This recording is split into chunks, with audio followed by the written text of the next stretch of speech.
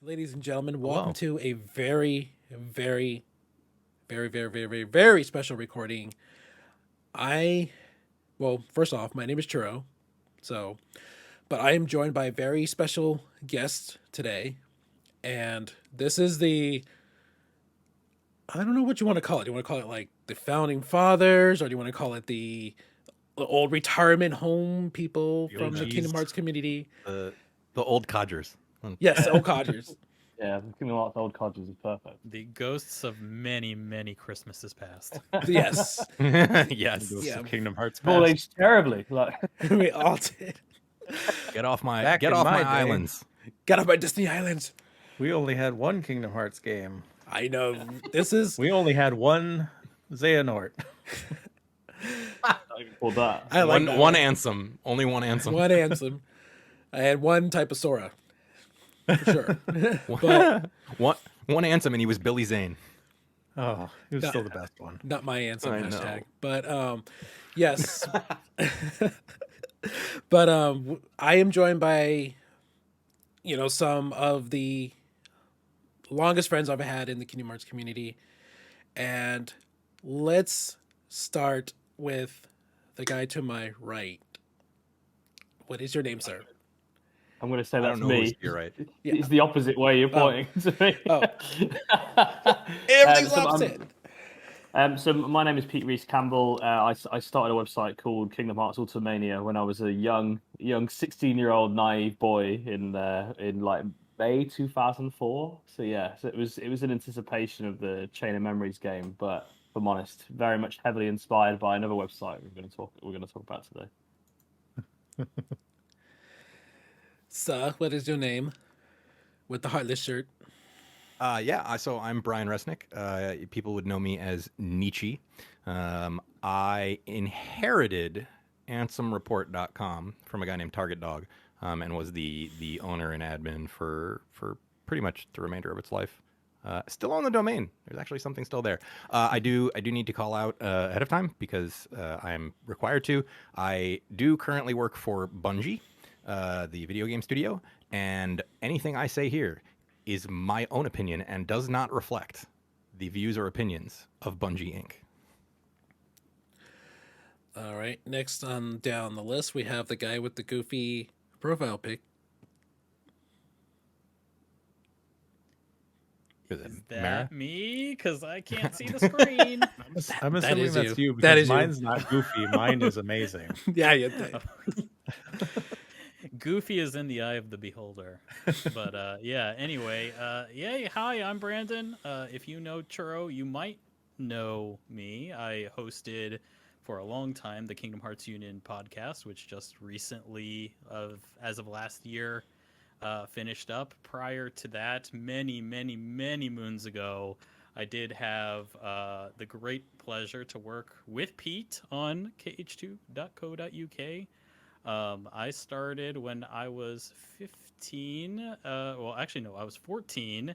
And it was around E3 2005. Pete needed some help on the website, and I reached out, and that sort of got me on my way. I currently live in Japan, working on some games. And that's all I can say. I'll just echo, not that anybody is coercing me. No companies are coercing me, but yeah, my opinions are my own. I think that's just a healthy way to live your life. On the Healthy internet, disclaimer. right? Yes. Yeah, it's safe. All right. And last but not least, go I ahead, guess sir. that makes it my turn. So I am Kyle Foreman, better known as Mera'din. I was also part of Ansem Report.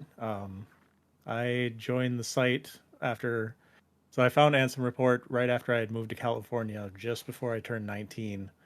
It was like right around the time Final Mix had came out, and like I found Ansem Report, and I was like, "This is amazing." I never like I had just recently played the game. Like I saved up. I had to get a PS2 through Rent-A-Center, just so I could buy the game and play it. But like all his like he had some basic theories about the secret video, and I thought it was like the coolest thing ever. So I contacted him. I was like, I want to help with this. and I took over his forums was like the main thing I did, and then I put up a lot of my theories and stuff on the site. And Neatchee came shortly after that, and he had much more knowledge about how to put a website together than I ever did. So it was a good working relationship we had going there at that point. I actually wound up on Ansem Report the exact same way. I was looking at the secret ending, and Ansem Report had. I'm pretty sure Ansem Report was the place where they first pieced together, like Deep Dive had the numbers flashing across the screen, and it was the first place where people figured out that was an actual like one image that was a map that was like a flow chart. Yeah. I had the exact same thought this morning. I literally was like, "How did I come across Answer Report?" And I remember looking for a video copy of another side of Secret Story, and then I actually discovered through Answer Report that there even was a second secret movie through the final mix release, and then it blew my mind that it was this tapestry that, in the long term, revealed very little, but at the time was like discovering it's like an amazing feat of like, oh my god, they've really thought about this series for many years to come, and about that. And of course, I already said my name, but I started my own Kingdom Hearts website because of everybody wanted to know what Kingdom Hearts Final Mix was, and nobody knew exactly what it was. They were like, "Why is this game getting re-released and for full price?" Because everybody thought it was like a greatest hit. So it's like, no, greatest hits usually reduces prices. So I scoured the internets. I came across some information, and rather than post the same thing over and over again, I decided to make a website to where everything was all congregating in one area. And that's where it all began with me.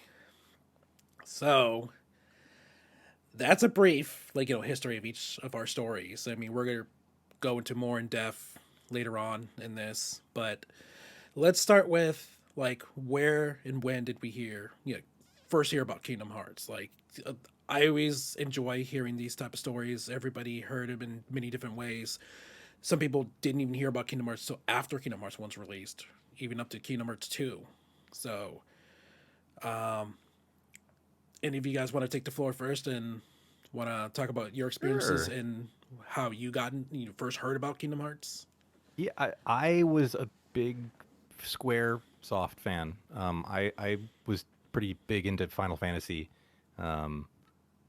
and when I heard for the first time that they were doing a collaboration with Disney, like it was in, I can't remember what magazine it was in or something, but I immediately freaked out and was like, oh my god, I need to know everything. Like I need to play this game the moment it comes out, and I did, and the rest is history. Yeah, I so Literally.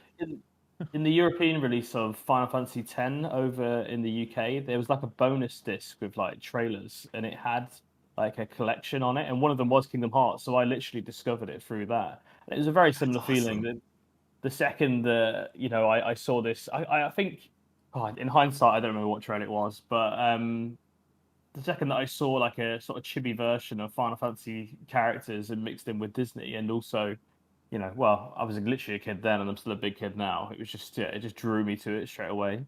And also, like I was the age of the characters there or thereabouts at the time. So me myself being this like nerdy teenager, there was something that really drew me in about kids escaping and going on this big adventurous journey, to places that I was particularly interested in, which is definitely places much more interested in my boring hometown. So yeah, it just sort of drew me in. I ended up getting the game for sort of Christmas that year. I sort of begged and pleaded it, and then literally I completed it to the point of the fact that I then imported Kingdom Hearts Final Mix as a result of seeing the Anthem Report website and thinking, well, I can, if I'm a good little boy, then I can beat the unknown character, now known as one of the organization 13 characters, and then unlock a secret movie. So I was like hooked in deep. So yeah, so I blame about half the people on this call for my addiction to Kingdom Hearts. But Hey, you're it's welcome. Totally. been a very fruitful journey over the past 20 years. I'll take that responsibility. Yeah, no, me too. I wear that badge proudly. Yeah. Yeah, it was awesome. I guess I can go next. So I kind of explained a little bit of mine already. So Kingdom Hearts was announced when I was either a junior or senior in high school, but much like Neatchee, I was obsessed with Squaresoft's games, Final Fantasy, anything they put out really, I was immediately interested in. And like, same thing. I heard like, they're doing a collaboration game with Disney. I'm like, okay, that's weird. Is it just going to be like, a Disney game? And they put up their initial website with like a little blurb about the story, and I was like, that actually sounds kind of cool. Like all the stuff about the darkness and shadows and everything. I was like, I'm gonna keep an eye on this. And like I kind of followed it a little bit when I could, and then one of the key things I remember though is like there was another guy in my class. It was like a graphic design class that I was in my senior year, and he's like, "Hey, you want to see the next really cool Final Fantasy summon?" I was like, "Okay, sure." And it was a picture of fucking Dumbo. I was like, "Oh, Kingdom Hearts. Okay, cool." And I was like, everybody's making fun Accurate. of it, but I was like, that might actually be kind of neat though. And when the game finally came out, I still didn't have a PS2, but I had a friend that did, and he'd played through it, and he loved it, and he showed me the secret video, and I was like, I got to do Mhm. whatever I got to do to play this game. I need to understand this. And so yeah, like I had to get one through a rent-a-center, so I paid like double the price of a PS2 in the long Oof. run just to get one. Like before then, I kept going to like a local game store, and I would play through the intro of the game. Like every time I'd go in there, like every day, just Like play as EB long as I games. could until they kicked me out. Basically, yeah. I think it was an EB actually. But I finally got mine, and then like I got through it, and I played it through. I don't even know how many times. I was like obsessed, and found the Ansem report. Target Dog was quite a character, but he was Mhm. such a chill dude, or well, is I'm sure still is the same way. It's still Just very like super chill. yeah, he's almost like a larger than life kind of guy. But like he put all the original theories up, and I was just hooked. And like I started Who coming up with my is the own theories. blonde-haired boy? Yeah. Yeah. Like, oh yeah, like the close-ups on the shoes and everything. That was my Mm. favorite part. It was like, oh, the shoes look like Sora's. Tiny little details. Yeah, Oh, but I mean, it was that kind of history from there. Like everybody else, it just really pulled me in. Yeah, I guess that leaves me. I believe, if I'm not mistaken, I have a similar. At least my start with the Kingdom Hearts series is kind of similar to Churros in that I was one of the many people who saw the Game Pro magazine, like, like I think a bit after it had been announced at I think E3 2002, like the first like English stuff for the game was coming out, and I had seen that. I was just a wee like 11-year-old kid, so I can't really put together exactly what my full thoughts were, but I was just getting into anime at the time, as many people were, watching Toonami every day, Dragon Ball, Oh yeah. and I had been starting to get interested in the concept of playing games that kind of looked like the anime shows that I liked, and through Dragon Ball, I fell in love with, well, tangentially, even though I didn't have anything to play it on, Final Fantasy VII, because the main character, Cloud, looked like a Super Saiyan to me, and that was awesome. That was all I needed. So when I started to see this Kingdom Hearts game in this Game Pro magazine, I'm like, wow, this looks like Cloud, and there's Final Fantasy, and there is Cloud. Cloud is in this. I gotta play this, and I was just young enough to not hate Disney yet. There's like the hey man, awkward I was teenage 17 and I years. love Disney. I know, I right? hadn't. There were a lot of awkward teenagers that decided they didn't like Disney and wanted something a little bit more hardcore. But I was just young enough that both aspects of it, the anime aspects, the Final Fantasy aspects of it, the Disney aspects of it, all of it sort of aligned and were perfect for me. And yeah, that got me interested in it. But I do want to say, to sort of tie into what a lot of you are echoing, is the power that the secret endings and particularly the mystery around Final Mix, how that sort of played into things, because I've said this many times publicly, but Deep Dive is like one of my favorite pieces of media ever Yeah. Oh because yeah. of what it meant to me at the time.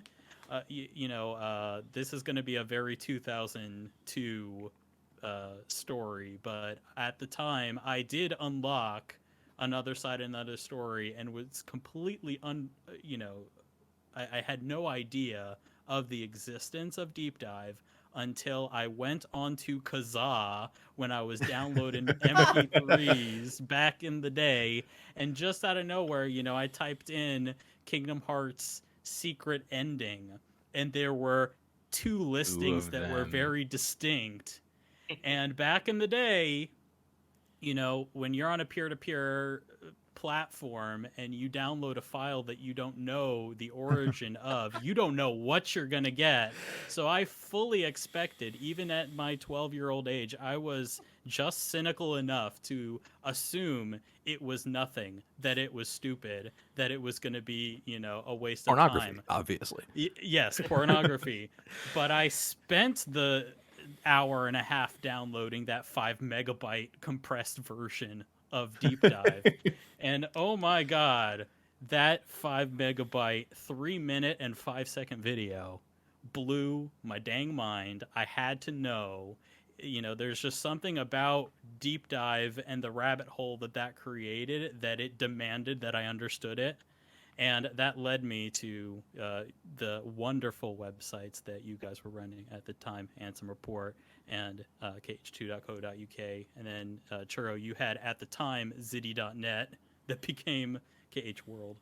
And yeah, all of that stuff, it's super nostalgic to me. And I just got to say that, yeah, because of all of that, at the time, and I don't know if it was the same for you guys, but for me, I was just sort of like a casual enjoyer of games and just sort of played what came out.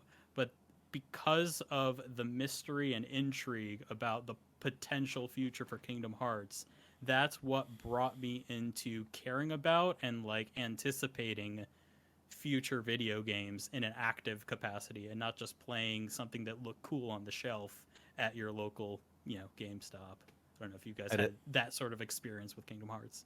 I had a similar experience. It wasn't the secret video that did it to me, but Kingdom Hearts was my like entry point into really understanding the scope of what games could be. Right, that it wasn't just Mega Man. It wasn't Galaga. Right, it wasn't press button, jump, and solve puzzle. Right, it could be moving. It could be deep and personal, right? I'd never had that experience with a game before, and like I work at a video game company now, right? Like that changed me in a really serious way. Yeah, I think for me it's consistent magic that a lot of the SquareSoft games had then, in that like for me, Final Fantasy VIII and then Final Fantasy X, I just had that deep sort of longing for like finding immersive worlds that are more interested in than my boring little nerdy life of like two friends that I could just sort of find myself getting lost in. And there was something about the journey those characters are going through. But then on top of that, the fact that those games, and they continue to now, leave you on a massive anti-climax cliffhanger. And even to this day, like, it still bothers me. Like, when will this anxiety finally go away of not being interested in what's coming next? Because it's driving me nuts. And there's just something so cool about if it wasn't for the enigmatic type of those secret movies, it wouldn't have maybe invested in looking at wanting to continue in that game series, but also it wouldn't have led to just being involved in such an amazing community at the time. And there was just such a constant fun of this being this sort of like internet, that all these sort of internet detectives of trying to loosely understand and translate content from Japan in order to get a little bit of a morsel as to what's next, to satisfy that hunger that one day Tetsuya Nomura will finally lay out to us all the little secrets that he's holding, or making up on the spot every single time. Who knows? But that other one. I really think that was the most it's the likely latter. thing that happened. I mean, you can but also... the MacGuffin nature of it. Sorry, but yeah, the MacGuffin nature of it still just draws me in. Like, I'm so annoyed that like Kingdom Hearts 3 came out 3 and a bit years ago now, and the secret movie in that got a piecemeal update through additional content through it. But I'm still like, well, what is going on there? And I was like, why am I still feeling this 20 years later? Will it ever end? Like, it's even better. Melody of Memory has an an ending video that builds off 3. And then now we have a mobile game that's gonna be building off of that, which we're still waiting for the update. I mean, I've seen all the content. I'm still there. That's the thing. I will spend hours on YouTube every time a bit of Kingdom Hearts information drops, just to consume it, and then go, is this just an addiction at this point? Am I enjoying this anymore? Yes, the answer is yes. Yes, the answer is definitely yes, because I mean, here we are, 20 years later, still talking about it. It's Yeah, man. I can. We're still wearing the Definitely. t-shirts. wearing t-shirts, Yeah. still going, still have the merchandise in the back. Yeah, You just know? like I'm assuming people will be able to see my profile pic. So I've been using this same picture for, I think it's legitimately been 17 or 18 years now. I have not changed my profile picture. Wow. I recognized it immediately when we were preparing for this podcast, and you jumped in the Discord chat. I was like, I know that avatar. Yeah, it's like I feel so bad. I don't remember, because it's a fan art. I don't remember who the original artist is. It was back in like 2003. I just saved every Kingdom Hearts fan art I could find, I was and guilty this of one that, too. always spoke to me. It was always amazing because it's got some text on it on the full picture and stuff like that. But I feel so bad that I don't know who did it. This is a job for Twitter and Reddit. Do it. If this podcast, if this video makes it onto Twitter and Reddit and gets popular enough, they will find the artist. They'll do it. I have no doubt Image about that. search, right click. That's it. Right. I'm not sure that those images are still available. I mean, I don't even know if he still has the images available, the full size one. Maybe you can Google I reverse actually it. do. Okay, so I still have the folder from my original computer from back then with all of my Kingdom Hearts stuff, all of my theory files and stuff like that. I just found it. I've been looking through it. My That's all my amazing. scans from the KH20 Mania and stuff like that. Nice. That That's is awesome. that is magical right there. That is, that's part of like this legendary tome of like past, Kingdom Hearts stuff Yeah. that was released back then that it's hard to Like, find yeah, nowadays. all the old trailers, like the cam videos that people took from like the presentations and stuff like that we poured over, my Yep. comparison screenshots and everything Yeah. else.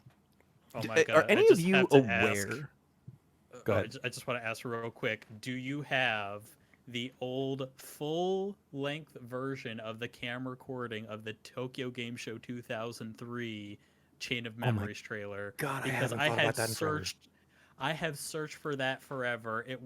Like I remember at the time it was being taken down off of so many different websites, and there was just like a 15-second version. Is it like off-cam footage? Yeah, it was I from a Korean let me site. check. I think I still have that. You could see like the Sora statue in the video recording. Yeah, right? yeah, I have yeah. that video still. I have it. Yeah, Yep, yeah, I have it. I'm looking at it right now. Oh my Oh. god. It is I so wanna low watch quality. Put it on YouTube.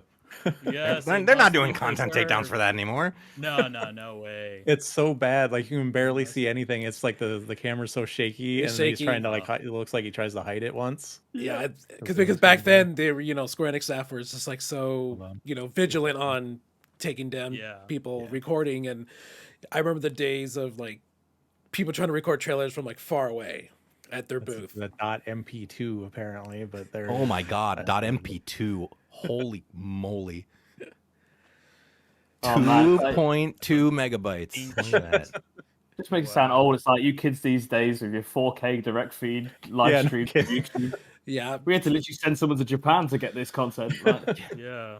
and they had to be lucky It's enough like- to be in these closed theaters too. To yeah, it's access like I them. went to.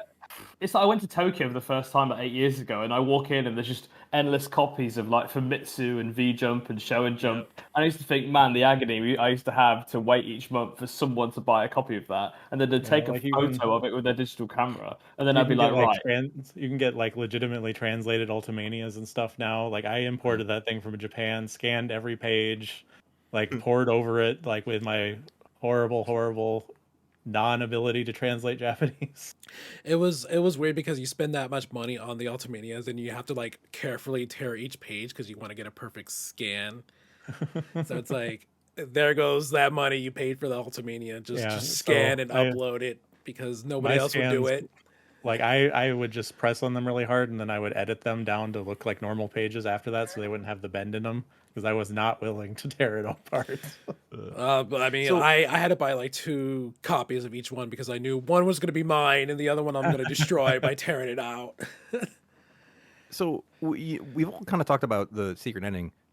Are any of you aware of a like post game content for any other game that had the production value of Another Side, Another Story prior to that. No, I mean, No, Not really. that I can think of. I mean, Like, because Right? I mean, with Square Enix, you have these, high quality CGs in Final Fantasy. You would only get that from there, and then, they brought that same value over to Kingdom Hearts, and they did something different on it. Right. Like, Yeah, And there's a I theme mean, of there's been teasing plenty at of the time. Because I was gonna say, so like at the same time of like, so I found out for Kingdom Hearts through the Final Fantasy X European release, and that version of it also had a secret ending, but it wasn't of that CG production quality. Right. It was teasing Final Fantasy X 2 as a concept, and I think Right. Nomura was just having a bit of a moment there at the time of discovering that they can start building in entire franchises out of these series. But no, nothing has ever came close to the enigmatic quality of that, and like the fact that even because you think about one step further in the Another Side, Another Story was not that straightforward to access back then. In the, if I'm not right, we had to play through the ending of the game each time in order to capture that 1 Yep. minute Yes. of video footage. yep. And that's what then led me to look for it online. Like the first time I saw it, I was like, "What? What even was that? Wait, Blonde I gotta go- person?" Back before and YouTube then you had to go existed. play like another 2 hours again if you wanted to see it again. Yeah, it's Then- crazy that that's the only way you could see it. And then you have to remember back in the day, you couldn't skip cutscenes. You had to watch it Yes. through. Oh, yeah. So you had to beat the Yeah. game, watch The all the entire ending. cutscenes, and then watch the ending, and then Credits. credits. I'll and come back then, to you, I promise. How many times have you heard, Simple and Clean Play? You memorize the lyrics by then. I mean, if there's one person to blame for all this, you kind of have to put the blame on Hironobu Sakaguchi, because when Nomura was getting ready to do Kingdom Hearts, Sakaguchi kind of told Nomura, if you make it everything obvious, people are not going to enjoy it as much. So you need to make it more as abstract as you can. And I guess that kind of stuck with Nomura because he really took Well that played, sir. advice. yeah. So I mean, considering that you have the father of Final Fantasy come and tell you that yeah, you better make it so out there with it, and then now this is the result, and now because of that piece of advice, here we are. We're just still trying to digest everything we can from every little bit of detail that we see within these games. I think that was kind of the thing that made the original game beautiful too, like more so than any of the other games since then, because like at face value, it really was just a kid's game. It was straightforward, light good, darkness bad. Oh, it's Maleficent from Sleeping Beauty. She's the bad guy. Oh, and then Ansem. Okay, obviously this is the real bad guy. Yeah. And then like you could just take it at face value, but then if you read the Ansem reports, it's like, wait, there's more going on here. And then you saw the secret video, and you're like, oh my god, this is just a whole other level. And it was really cool. And you have that expectation for every game after, but in that one game, it built on itself so well. Yeah, especially. I want to digress for 1 second. I don't know if did you hear the notification noise that just came from my phone a second ago? The twerp. Okay, so I have had the same notification noise literally for almost 20 years, like 17 years, and it's the Kingdom Hearts menu select sound, like when you move the cursor. Well, it triggers me just even saying it. Yeah. Thank you. Phone noise is as old as my profile pic. Yeah. Oh yeah. The same ringtone for the same amount of time. It's Shares de Note. Oh, Nice. good track. Nice. Let's see. So, here we talked about a little bit about, the secret ending, of course. But what were you guys' overall thoughts about playing the game? Like when you first popped it in your PS2, you went through the entire tutorial process, and here you are, either Destiny Islands or Traverse Town. What were you guys' initial thoughts on the gameplay aspect of the game? I think for me, I like the fact there was a sense, not a branching narrative to it, but there was a choice over which Disney world I was going to engage with next after a couple of worlds in. I thought that was a really interesting concept after playing so many linear Square Enix RPGs, and then also the fact that I thought the fidelity of it, I couldn't believe the accurate recreation of Disney characters from 2D into 3D and feeling quite warm about it. Usually when I've seen that sort of thing, it's crazy. And then also the other thing is that I found it really easy as a game up until the point that I hit Monstro, and then Riku boss in that world just kicked my ass. I realized I was under leveled the entire time to a point where I was stuck because the way in which you approach that boss, like I don't think I could go back more than like 2 steps within Monstro. My only choice was to fight basic level Heartless for like 3 hours to level up. So I ended up like restarting the entire game. So I ended up playing through the game twice in order to get through it. Maybe it just speaks to how terrible I am at video games even to this day. Who knows? But See, I thought you were just gonna say. I thought you were just gonna say the Monstro level itself broke you because it broke. It almost broke me. Yeah, it wasn't easy. No. It broke a lot of people. Yeah, okay, fine. That makes me feel better. 16 years later, I can get some comfort for that. Having to redo those. Validation. Trust me, on forums and message board, everybody was like, "I hate Monstro. I hate Monstro. Yeah. It broke. I can't deal with this world. That's why I skipped Monstro. It's all I ever saw. It's like, so you're not alone there when it came to Monstro." Yeah, but that was it. I think that's my frustration there. And then I think playing through it, it was just it's like I felt I'd done half the story when I sort of beat Ansem, and then and then you sort of see Mickey appear, and then it shows you the sort of crossroads. I was like, oh great, this game's not even finished. We're going somewhere. And then it was like, oh man, even though I'd already played 40 hours of it, I was like, oh, I can't wait another 4 or 5 years to play the next chapter of this. So yeah, I liked at that point I'd played 3 Final Fantasy games, all the 3D ones, and I liked that it was sort of breaking out of the formula and sort of paving a path for what an action RPG could be. At least in my mind as a child, I'd not played any similar games, and I'm sure there was.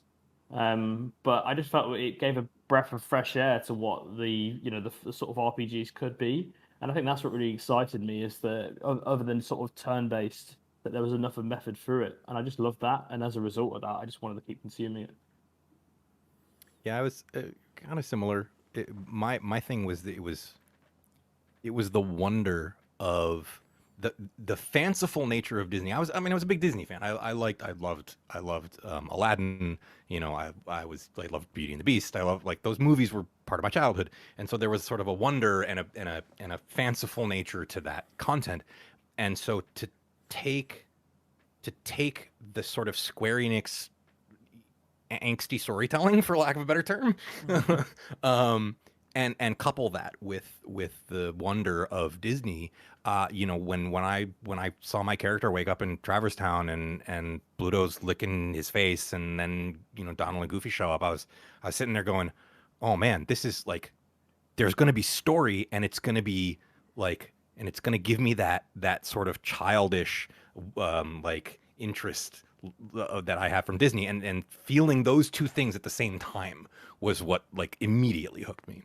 And then obviously the gameplay was fun at the time. It hasn't always stood up that well over time. The jumping is not good, but it the gameplay was consistent with other sort of action based games at the time. It was challenging when you got really, towards the end of the game. And then the ending, I fucking cried, man. Like I was bawling when Kyrie goes and draws in the other half of the chalk drawing. I freaking lost it. I was a mess. I admit, I was right there with you, dude. I was, Yeah. Everybody maybe was. Maybe it was longing for my like first actual relationship. I was like, oh, she loves him. I was like, oh, will someone love me? Gosh. But I was the same. I just This isn't fair. Why can't they be together? Yeah. But even now, That broke me. it's still like that even now. Yeah, Yeah, it's no, funny that how was- very little changes in terms of that reaction. Yes. Getting a little bit ahead of myself based on our questions, but like that's honestly the thing that made me dislike Kingdom Hearts 3 a little bit, was the way they ended it, because everything was fine, it was going great, and Until then it wasn't. the end. Yeah. Yeah. I was like, really? Again? Yeah, Come on. Right. I mean, Right. of course, Nomura wants you to keep buying more games. Yeah. That's I just fine. wish They can he be used together and we a can still buy different games. emotional hook would have been, appreciated. Yeah. A little bit. I need to switch background, so I'm going to say this now because there's a moment of pause in the audio, so I'm just going to move my camera and audio across to another room if that's all right. Go for it. Cool. I don't mind the inversion of, instead of Sora searching for Kyrie, Kyrie searching for Sora. that was the one saving grace with it, definitely. Like at least they changed it up a little. But I will say this much. They did my girl dirty in that game. I was so Yeah. looking forward to Kyrie being a heroine and not just a princess. And they did her dirty, and the DLC isn't good enough to redeem it. Don't worry, she's We'll get- training. She's Off training. screen, She's training. so we and- don't have and to writing give her screen letters. time. Well, Yeah. I mean, that was her first real experience with combat. I mean, at the end. Yeah. I mean, honestly. Yeah, but yes, but that's the problem, right? Like it would have been so easy for them to say, "Oh, she did the training in between games," right? Like this time I'll fight, right? And okay, so now when we get to Kingdom Hearts 3, some amount of time has passed, and she now knows how to fight because that's what she did, right? Like she could have been doing the same things as as Riku and Sora were doing in Dream Drop Distance, right? Like she could have been having experiences at the same time. But they were just like, nah, whatever. We'll do it in 3. Now they were just like, nah, we gotta have an excuse to put Axel in that Yeah. part too as Yeah. well. So Right. Not to continue the tangent too much further, but I was secretly, sadistically hoping during the final portions of the game that Kyrie would have turned out to actually be a villain this whole time, like a secret turncoat villain, because they were like, there's that whole part in the maze, and you're like going to the different battles that were going on, and then I was saving the Kyrie one because like I feel like something's gonna happen here, and I was just like secretly in my heart hoping, please turn evil, please turn evil, please turn evil. Like there's a lot of like turncoats happening, but it's always the bad guys doing turncoat stuff. So I'm like, come on, please, Kyrie, please, Kyrie.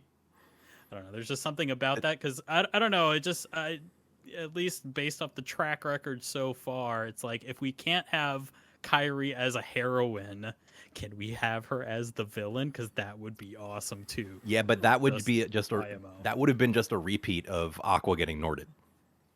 Yeah, Because let me tell you, Aqua got Norded. Yeah.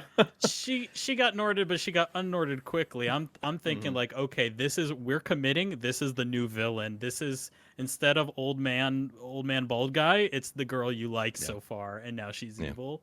I don't know. Yeah. I Would have been like cool. it. I agree. Yeah, but anyways, and then anybody else want to share their own personal stories of playing Kingdom Hearts for the first time? And yeah, I could just jump in real quick. For me, my big like crisis of understanding with games was that, I don't know, at least with me and my friends, we were both playing at the same time Final Fantasy X and Kingdom Hearts 1 at the same time, and we were always like debating which one was better. And I had personally at the time, even though now I probably have changed, I liked the story of 10 a lot better. I don't know, but for me at the time, I really liked the story of 10, but then I liked the gameplay of Kingdom Hearts at the time better. And it was always this like debate of which is better, turn-based or action RPG combat. Surprisingly, that argument seems like it has never ended. I now thoroughly appreciate both and love both potential possibilities for RPGs. But yeah, at the time that was like my big thing, and I really thoroughly appreciated the story. It was simple and clean. Not to be too cliche. but Yeah, but I think something that I really liked at the time was like we've said, the mystery of it. It really was intriguing, and the fact that it was so subtle and sort of injected in minor spurts, like throughout the entire game. They would throw in some random like main plot stuff, like randomly you go to Merlin's little hut and Kyrie just shows up, and she's talking about how we used to scribble on the walls, and I really liked that sort of vague but surprising injection of main story stuff into the the Disney stuff as it was going. Yeah, it's interesting how that stuff changes and how the Disney stuff is now less overt and the main story stuff is a lot more in your face. And yeah, I kind of miss the old style of it being a little bit more vague and a little bit more to your imagination. That kind of aspect of it was fun. But I do appreciate, I know we'll get into it later, but I do appreciate now how much mystery is surrounding the ending, the secret ending of Kingdom Hearts 3. And it kind of fills me with similar feelings of what it was like back then when we were first, getting into the mysteries. I will Well- corroborate that, like, the twistiness of Kingdom Hearts 1 was very appealing when Yeah. Sora stabs himself with the Keyblade, and I'm like, oh, what's Yeah. going? Oh my God, what? Yeah. Right? Yeah. like that. Those moments were real good. Yeah. Yeah, it's hard for them to like kind of go back to that because like pretty much they want to put all their twists, like Brendan mentioned, like at the end or their secret videos, where it's like he said everything's in your face, like everything wants to be there for you to see on your own, but then everybody just comes down to secret endings. Like when KH3 got leaked, it's like they had to like prevent the ending from being shown to those who don't want to see it. So it's like everything's going to be all this big mystery, and then at the end, and it's like when all the leaks were coming out throughout the game, they weren't really as big as you thought they were, and that's like that's such a major downgrade from like the first one. I mean, with the third game, I thought the marketing. Maybe I didn't notice the difference, but I felt like there was when the second game came out and we were running the fan sites, there was still a lot of left to discover when getting into the game. But I felt like the marketing of the third game, it's like every Disney World was revealed, and there wasn't actually much left to go beyond it. It was a very satisfying conclusion for me, at least. Yeah, Really tough because story. we all mentioned this now on social media that like when it comes to Square Enix trailers, it's like it gets very spoily, even though it's out of context.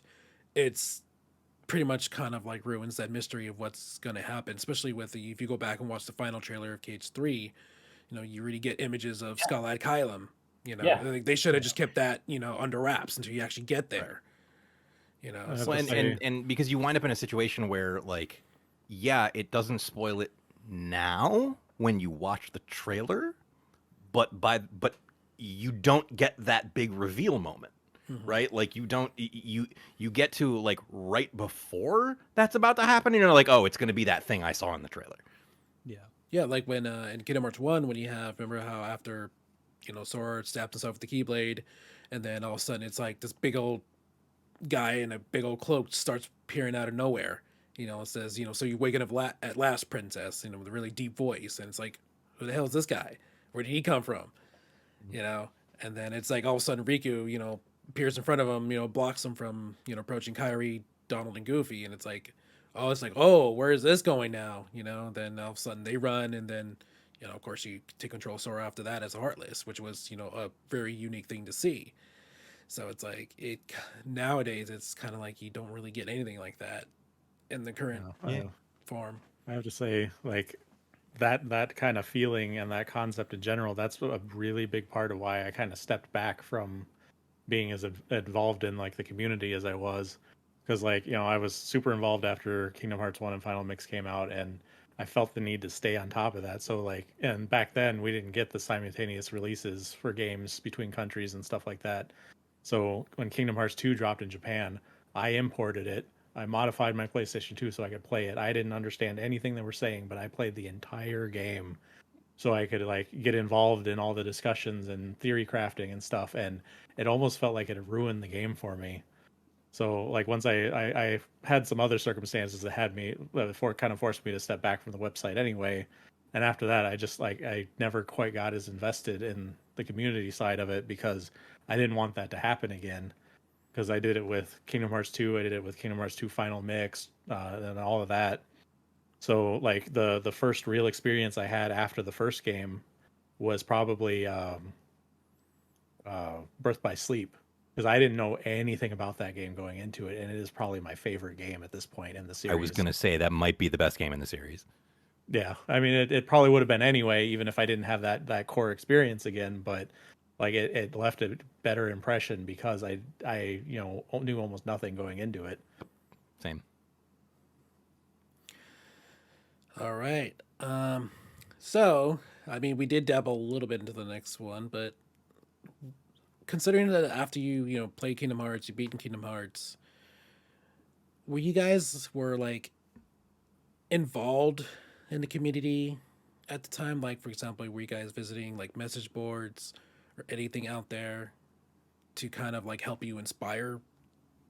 Which this is going to be like a two-part one because the next one is basically what inspired you to get in the fan site. So, we like how active were you before you became involved in the fan site? Like, were you somebody that would help out others on message boards or anything of the like? I would lurk on the message boards of Anthem Report and also regularly go on the Ziddy KH World website as well. So I was there. I was there with the kid, the 13-year-old with the terrible spelling that probably got banned once or twice. That was me. So. Yeah, I Oh, I'm definitely sorry. was in the That same. was you. I'm sorry. That was definitely the That was same terrible. the same experience. Like it was hopping on the forums and trading messages, and like I was a big computer nerd at the time, so I was already learning like SQL and PHP and stuff like that. So like it was a very quick transition, right? Like I got into the forums and I immediately recognized a need that was not being fulfilled, and I was like, oh, I can do that. But it started with showing up and reading what people like Mara and Target Dog were posting, and you know proposing my own twist on that idea and going back and forth, and then winding up in random crazy thread where people just did random stupid shit, and you know Because that's definitely where it started. I mean, it's going in circles because we didn't really have anything else to discuss. Like, Right. everything was Oh. beaten to death. For me, so like my situation was a little weird. So when I first played the game, like I didn't actually have internet at all. I only had access to it at school. And like at that point, like I my favorite game up to that point was probably like Final Fantasy 7, Final Fantasy 8. Like I was on message boards for those and for like Dragon Ball Z and stuff like that. And I was really big into discussing and helping people with those kinds of things. And I wanted to do that with Kingdom Hearts, but I couldn't get on the internet because I was done with school by the time I had my PS2, so I had no internet. And I ended up moving to California to live with my uncle, and that's when like literally the day I arrived, and I got to use my cousin's computer, and that's when I found Ansem Report. And it just kind of took Nice. off from there. I got my own computer and just kept going, and it's like I loved his theories, and I just kind of built my own off of those. And like when that was probably one of the first memories I have of Nietzsche actually is he was asking about the website and if he could help with it. And like one of the first things he noticed is because Target Dog had set up the website himself completely, and we had these cool little buttons on the side that were the stained glass windows, and you'd hover I over them remember and they would those. light up. Mm-hmm. Well, the way he had set it up is like every time you hovered over those, it would reload the image Yes. Oh my every single time. I god. It hated just ate up that. so much You bandwidth. And you Nietzsche was just like, "You can't resurrected do this." something in my brain. That was like my first like core memory of you is just be like, you need to change this. This is where all your bandwidth is going. Yeah.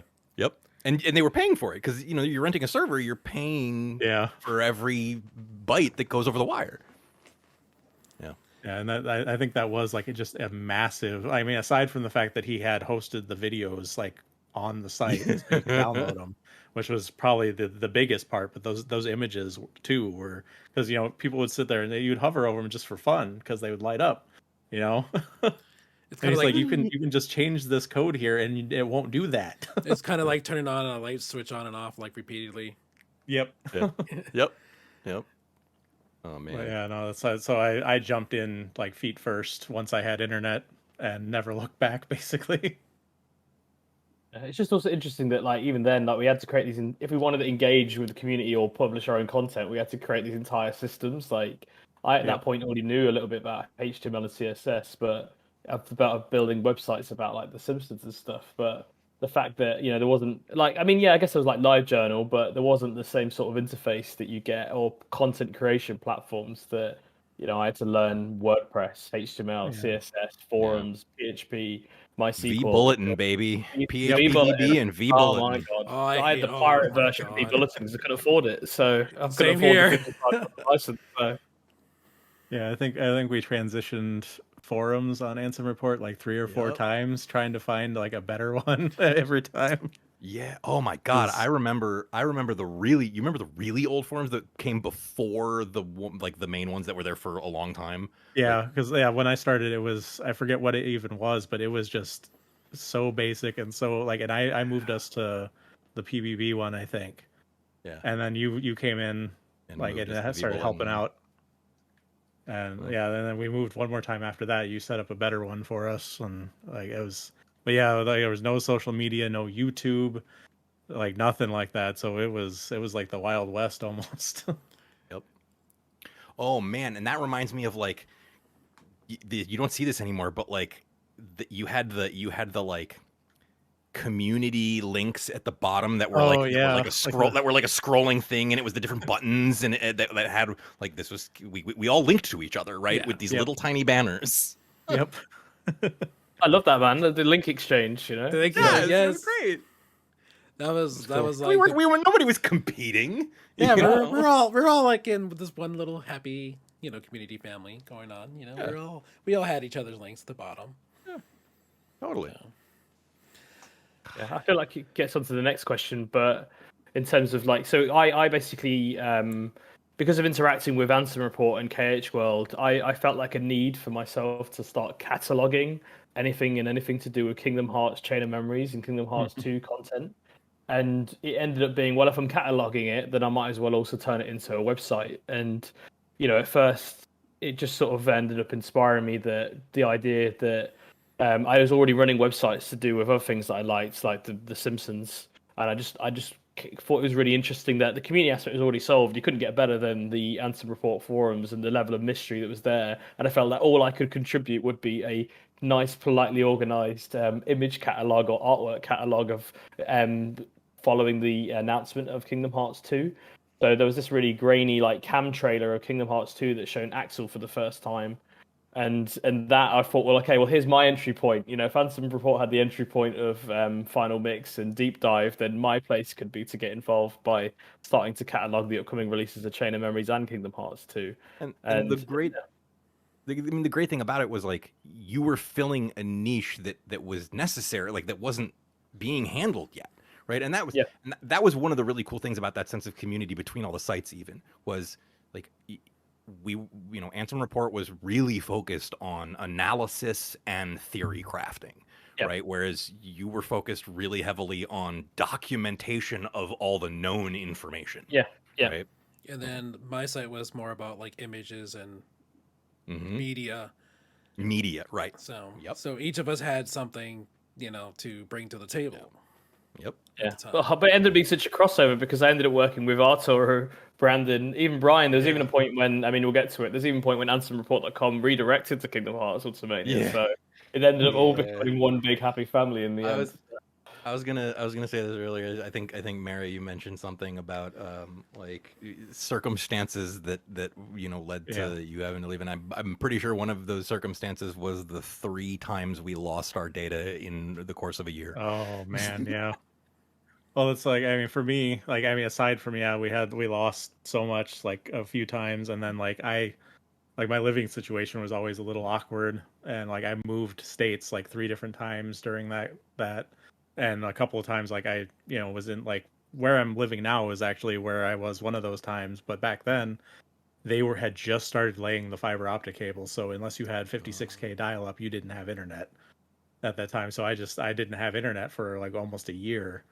And then when I moved again, I got in contact with the site again, and at that time, like, I don't know, I felt almost like a little bit like an outsider at that point because we had like more staff and like they were all doing a great job. Like, don't get me wrong, but then Brian was still in charge and keeping things going. And but then, like, we kept like I tried kind of jumping back in, but yeah, we lost some of the data one of the times, and then I think the last time we were trying to set up basically our own kind of wiki for it. It was supposed to be like almost an encyclopedia, like a true Ansem report, essentially. Yeah. And we couldn't agree. Like nobody could agree on the design, and everything just kind of fell apart. Yeah, I'm pretty sure that's around the time when we started redirecting to you, Pete. Was when we were like, all right, this is the third time. I'm not doing it again. I mean, it's similar challenges though. It's sort of skipping a beat, but like, I'm a 17-year-old kid, and it got to a point where Kingdom Hearts Ultimania, especially in the release of Kingdom Hearts 2, the traffic was around 80,000 unique visitors a day, and it started off in like tens of visitors a day when I first started it. So I got myself into this situation where I'm 16, I've got a hosting bill of $300 to $400 per month.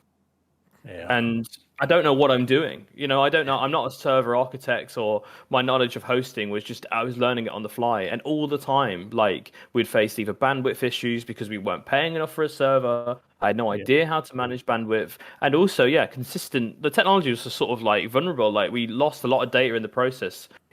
Thank God for the community that existed. There was one time when we lost every single video that we hosted, and I managed to crowdsource every single video back. I just put out a post asking, does anyone have it? And then people would send me back videos of the own watermark that I created on that I still find on YouTube now. Sometimes I look for a Kingdom Hearts video to jog my memory, and then it will be like KH2.co.uk on it, and I'm like, oh my God, this is my problem. This is my fault.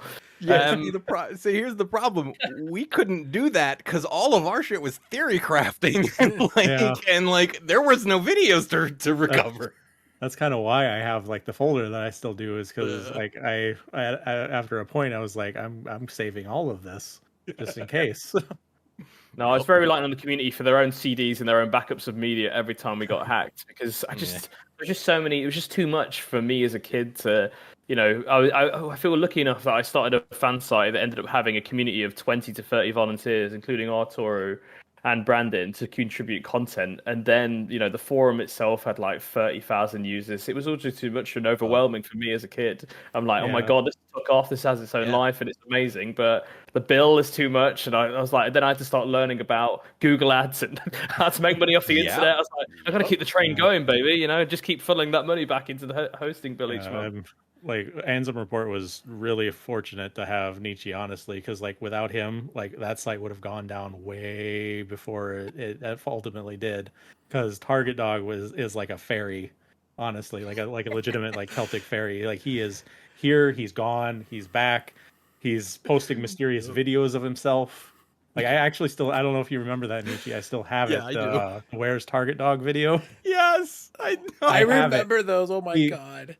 He recorded a video that looked like it was modeled after the deep dive video, and it was great. But and then like I didn't have the technical knowledge to do it. I was the theory guy. Like that was my whole job, the theory guy and the forum guy. So you guys used to break news as well, because I remember, I think it was for Ansem Report, like a member of the community or someone who ran it like bumped into someone at a bar and said they were working on a Kingdom Hearts anime, and like you broke that news about a potential Kingdom Hearts anime at the time. Like if I found any news, I would post on the main site too. But like as far as like making the site function, that was nowhere near my job. But let's be super clear here. There was zero vetting of the legitimacy of any of these things. Someone could show up and just be like, dude, I ran into a guy at the bar. But that was legit. That ended up being really legit. That was a commonplace in all these communities, especially on GameFAQs, when you had a lot of these troll topics were saying, oh, my cousin's friend from the other side of the family knows Nomura personally. Well, this gets me to the story of one thing I discovered through GameFAQs. So I noticed that on the GameFAQs forum, someone posted a screenshot of Chain of Memories at the time, and the content of the screenshot was in English, and I could tell that it was like the official localization of the game before the game had even come out in Japan. So on a whim, I contacted this guy, and it turned out that he worked for a official like game guide sort of publisher. And he had a copy of the game, like a beta copy of the game, like 6 months in advance for its released. and he was very willing to provide content from it. So he had like the first 2 hours of the English localization of the game, and this is before the Japanese version I had had released. always Wow. wondred where that came Yes. from. Yeah, well, Somebody it's was being naughty. 18 That- years later, so it's a long time Yeah, now. I think But, that but mystery's basically, been solved now, you know. but I found the dude. Yeah, I found the dude on GameFAQs, and I sort of just spotted it, and he was legit working for it, and he gave me the like screenshots from the first 2 hours of the game, the tutorial level, and then he provided a copy for me of the opening intro of the game as well, again in English. And I made the choice to be well. Look, I was a bit selective about releasing the content. Firstly, I did it as a marketing tactic to get more people interested in the Kingdom Hearts Ultimania website, which did work.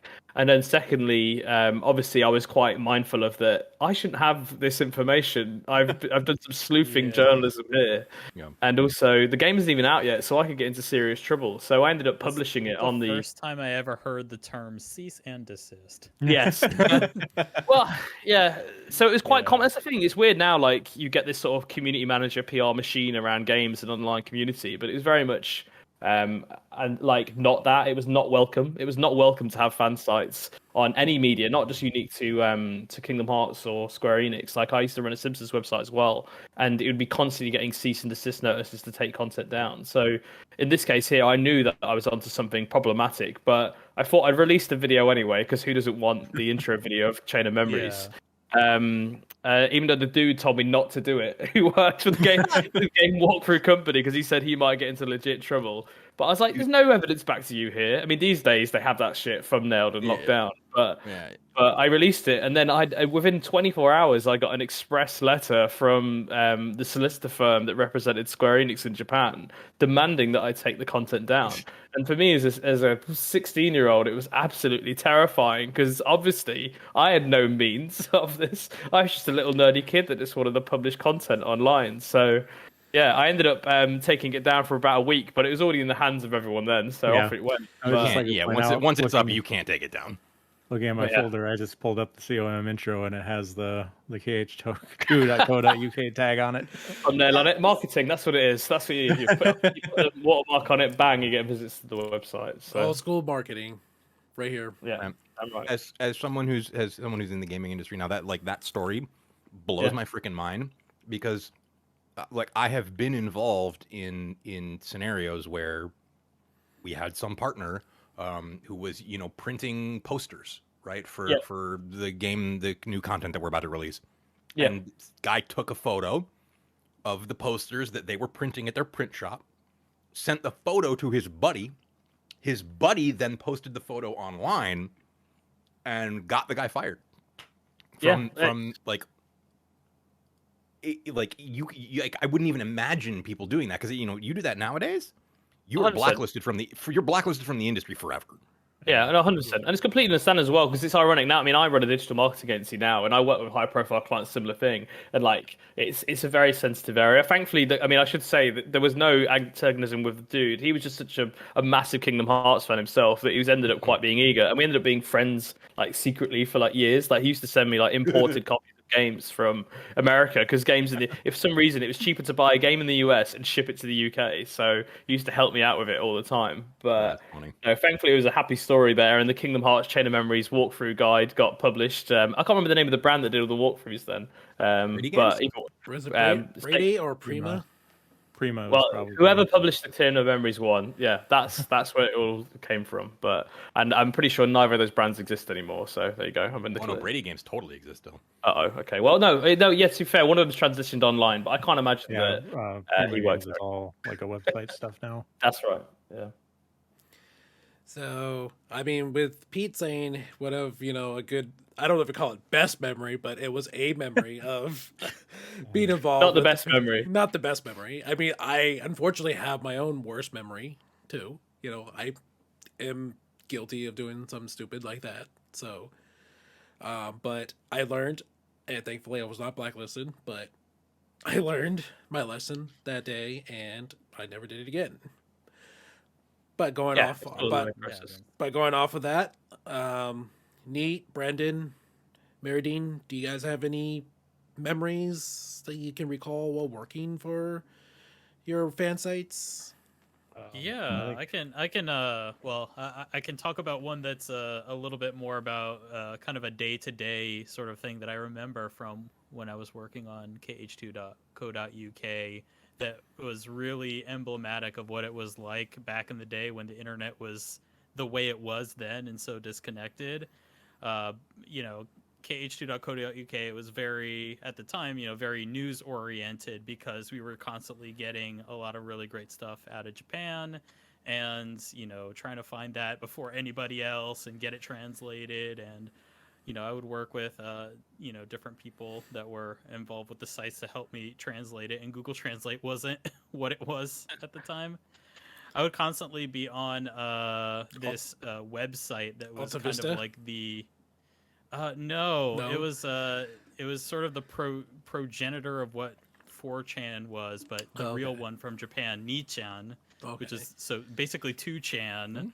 And yeah, this is where you get the real news real fast. Is I was on they're still around, the Nichan forums, the 2chan forums, and I would constantly be going on their Japanese thread that would constantly be updated for Kingdom Hearts, and that would be the place where you get the raw scans the fastest because they would get it early or whatever. And I remember this one time we got this new scan and it had a brand new drive form on it for Kingdom Hearts 2, and I was like, oh my god, we got to translate this fast. And I was working with another guy, I forget his name, but we were working together. It's like, oh, what could it be? And I had known katakana at the time, so it was like, okay, what is this? Now I could read katakana, but I had no context of Japanese. Like I had no Japanese knowledge whatsoever. I could just read the foreign words, basically, that were on the thing. And it was like, okay, it says it's Uizu-damu. Uizu-damu. What could that be? And you're thinking like, what English word could Uizu-damu be? And we were just going back and forth for hours trying to figure out, like, oh man, what is it? And then he finally just bursts out, it's wisdom. It's wisdom form. Like, oh, okay. And just running real fast to the website, post it real quick. Like, that's kind of what it was like back then, because you couldn't trust the Google Translate. You couldn't trust anything. It was just this sort of like crazy thing. Like, it was terrible. We never credited where we got it from because we didn't want anybody to know. That was bad. Well, But, it was just it was like internet detective work. I remember, like, it was the same. Like, yeah, we were just crawling through Japanese forums and websites and praying that someone had posted a picture of, like, we started to get an understanding of when this, because we were learning Japanese publishing culture. Like, I didn't understand when these magazines came out. I didn't understand the events and trade system over there. We were kids, and like we didn't have the ability to actually be ourselves in Japan and also being access to direct information. And we were the marketing team for these Kingdom Hearts games. Like, pretty much. Yeah. Like, At least Totally. In the West, yeah. In the yeah, West. there was no European or North American marketing efforts then, except for maybe E3. So we were doing a good effort there. And I remember like 50, like it must have been like 6-7 years into the site. Someone got from the community manager of Kingdom Hearts got in touch with Arturo through the Kingdom Hearts Ultimania website, going, "We'd love to establish a relationship." And I'm like, "That's great, but where you been for 10 years?" Like, yeah. I think we're all like that at that point. We're just like, like, especially when the birth of like social media started coming more prominent. They started to go like approach us to work with us. I had the Twitter name for at Kingdom Hearts. Yeah. That's how bad it was. That's how much of it owned. Wow. And I owned KingdomHearts3.com as a domain name and Kingdom Hearts 2 as .co.uk. So I was this effective 16-year-old handling their marketing in the States and Europe purely out of a love for it. And same Because thing we with, all just loved it. Same thing with KH Insider. They were known as KingdomHearts2.net, and unfortunately they had to give it up to Square Enix because of KH2's release. Wow, And I didn't know that. So now it's like, then of course they approached you, or they approached me, and then I had to go talk to you and be like, hey, they want the Kingdom Hearts name, Twitter handle. Which is Yeah. fine. Obviously, it makes no sense sitting with me. Like, I'm not that petty type to squat over something. The community wants to, because I already know what it's like when you get. Because my name is also Pete Campbell, and there's a guy called Pete Campbell in a show called Mad Men. And even to this day, I get people tweeting me as if I'm that character, saying they want to punch me in the face. So I already knew the feeling of like, no, pass that ownership on. But It was yeah, it funny was an though. interesting thing to be in. The funniest part is was like when I was helping running that account, it's just like my entire my phone would just blow up, which is like people asking us to release Kingdom Hearts 3. It's like we are not working on the game. So Not affiliated. please actually I mean, because back then they just had like what Square Enix USA, I think, and Square Enix Japan Twitter handles. Yeah. So it's like, please direct all of these to these accounts, please.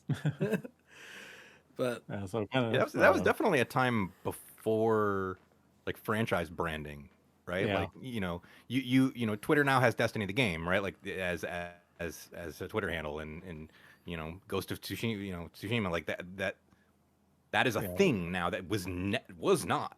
Yeah, individual titles have their own accounts and stuff like that.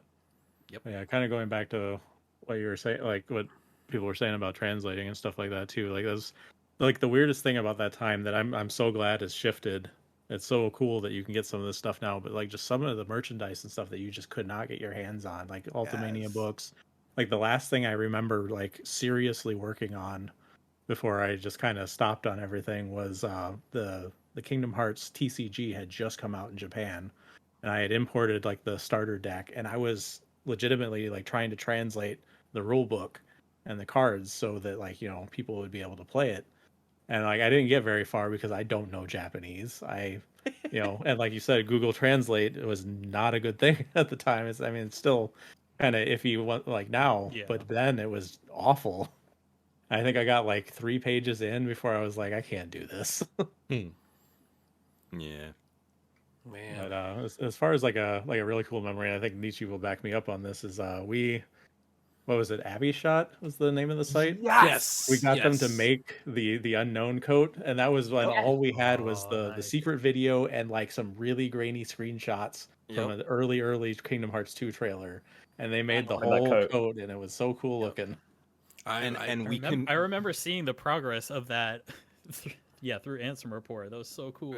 We convinced them at the same time that like most of the people who are participating in this community probably can't afford like a $600 coat. Yeah. So you guys should make a hoodie that's like based on the same kind of design, and they did.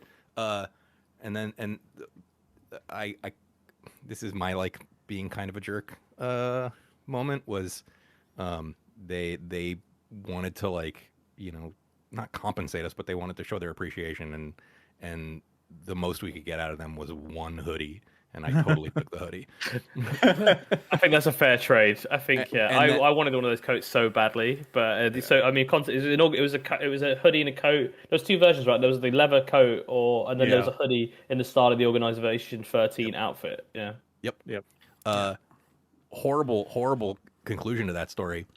2 weeks after they sent me the hoodie, 2 weeks, my mom washed it in hot water and shrunk it and ruined it. Damn. Rest in peace. I Karma was hoodie. Karma got you for angry. Mom. Yeah, I was not happy. I was not happy. Damn. Man, that is man, just like F's in the chat all around. Yep. Big L for me. I think for me, the biggest memory was just the fact that I felt so lucky that this stupid little website that I started ended up generating this amazing community of 20 to 30 volunteers, and we were all doing it. None of us was getting paid. We all did it for the love of the game and just for the curation of the content and publishing through it. And then it just also generated then like a community forum that you just don't really get anymore as an experience that often, because it all sort of sits through Reddit or social media, and all that's fine. But the fact that like a little dumb thing I started had like 20 to 30,000 active users, where that people would be, besides just theorizing, there was a general sense of friendship through it, and I made some real friends for life by creating that website and then going through it. Like like several people who interacted on that have now gone on to be influencers on like Twitch, or they started relationships online that then translated into real life. And essentially some of the and even some of the people, the folks that were based in the UK, I've had such a privilege of being able to meet them over the years when various sort of like Final Fantasy or Kingdom Hearts concerts came about. And it just kind of blows my mind. And for me, it also came at a time when I was sort of 16. I only really had a couple of friends, and it just sort of really patched that gap for me of just feeling like I was a normal human being, and that you know, people like the same sort of stuff that I did, that those people were out there, and it just sort of gave me that validation that of so much, and I just can't be thankful enough for that, and I never will be. And it kickstarted my entire career through it. Because of the Kingdom Hearts website, having to learn code, having to learn marketing, having to learn the practices of journalism, good and bad, and social media, it helped me set up the entire entity of what I do now. Because like now I run my own digital marketing agency, and it's like we've got like 50 employees, and like we work with Lego and all these amazing things, and it's all because of the fact that that game gave me this kickstart into like obsession over content publishing and content creation that I didn't even realize I was building this foundation of skills, actual skills that can get me a real job. You know, and just the realization of that after a few years of like, so me prattling around on the internet writing about Kingdom Hearts, people can now use those skills to help me pay and get a real job. Just sort of just absolutely crazy, man. And there's nothing that will ever beat that. I had a very similar experience where, I mean, for one, you guys had way more staff than we did. Like we were all Wait, you guys had staff? Staff? Yeah, no one got paid, man. I didn't have. It was just me. I didn't have staff. I use the term loosely. I didn't have. I did everything on my own. Yeah, I mean, to be fair, Arturo, so like from the period of like 2004 to 2000, maybe sort of 10, there was like a roster of like 10 to 15 people that would help out. But certainly in the later years, it was all on Arturo's shoulders, and he was carrying it. Brandon was still helping out as well, and there's also another person called Shay. But it got to a point where, I mean, was the end of Kingdom Hearts 2. It's still there, the website, but I had to say to Arturo, like, be free. Like, don't subject yourself to keep running this website, even though you love it. I was like, you've got your own brand, you've got your own voice, you know? Like, and to this day, I still know he checks some bits and bobs of it, and it's just the fact that, it was just a moment in time, and what made it special was the individuals contributing to it. It didn't really matter what platform it was on at that point, so, yeah. Yeah, and so like our content was entirely like there was no like, oh, these are the people who can post, and there's like these 15 or 20 people who can post and nobody else can, right? Like our stuff was completely like user generated content, discussions on the forums, and then one of the 4 or 5 of us who would see something there and decide this deserves to be on its own page on the website. But that learning how to interact with those community members and sort of manage those relationships and resolve conflicts and, you know, coerce is the wrong word, but encourage people to continue creating content that is, you know, good for that community. That led directly to my first job out of college. I was an Android user at the time. It was very, very early in the history of Android. And a company called Swipe was just about to release their product on Android for the first time. They had it on Windows Phone, but they had like 1 or 2 devices, and they were preparing for Android. And they put out a copy, like a journalist copy of the program leaked. And people freaked out. Like people were like, "Oh my god, I can install this on my Android phone. Oh my god, this is the coolest thing ever."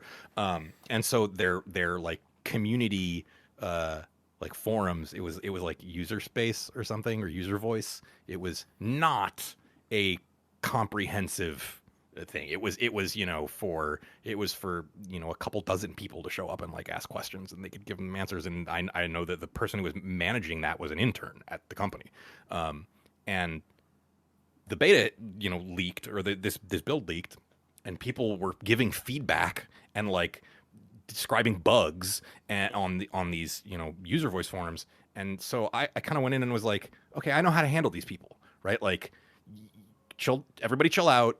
This isn't a real like release. You can't expect them to take all this feedback. Like, and they reached out to me after, like, as part of that, because they had my email because I'd signed up, and they reached out to me and they said, "Who are you?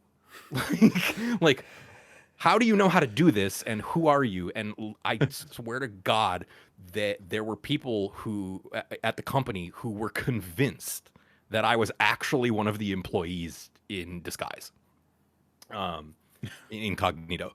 But they flew me out to Seattle. I was living in New York City at the time. They flew me out to Seattle. They, you know, introduced me to their CEO, and they were like, "Look, you're good at this stuff.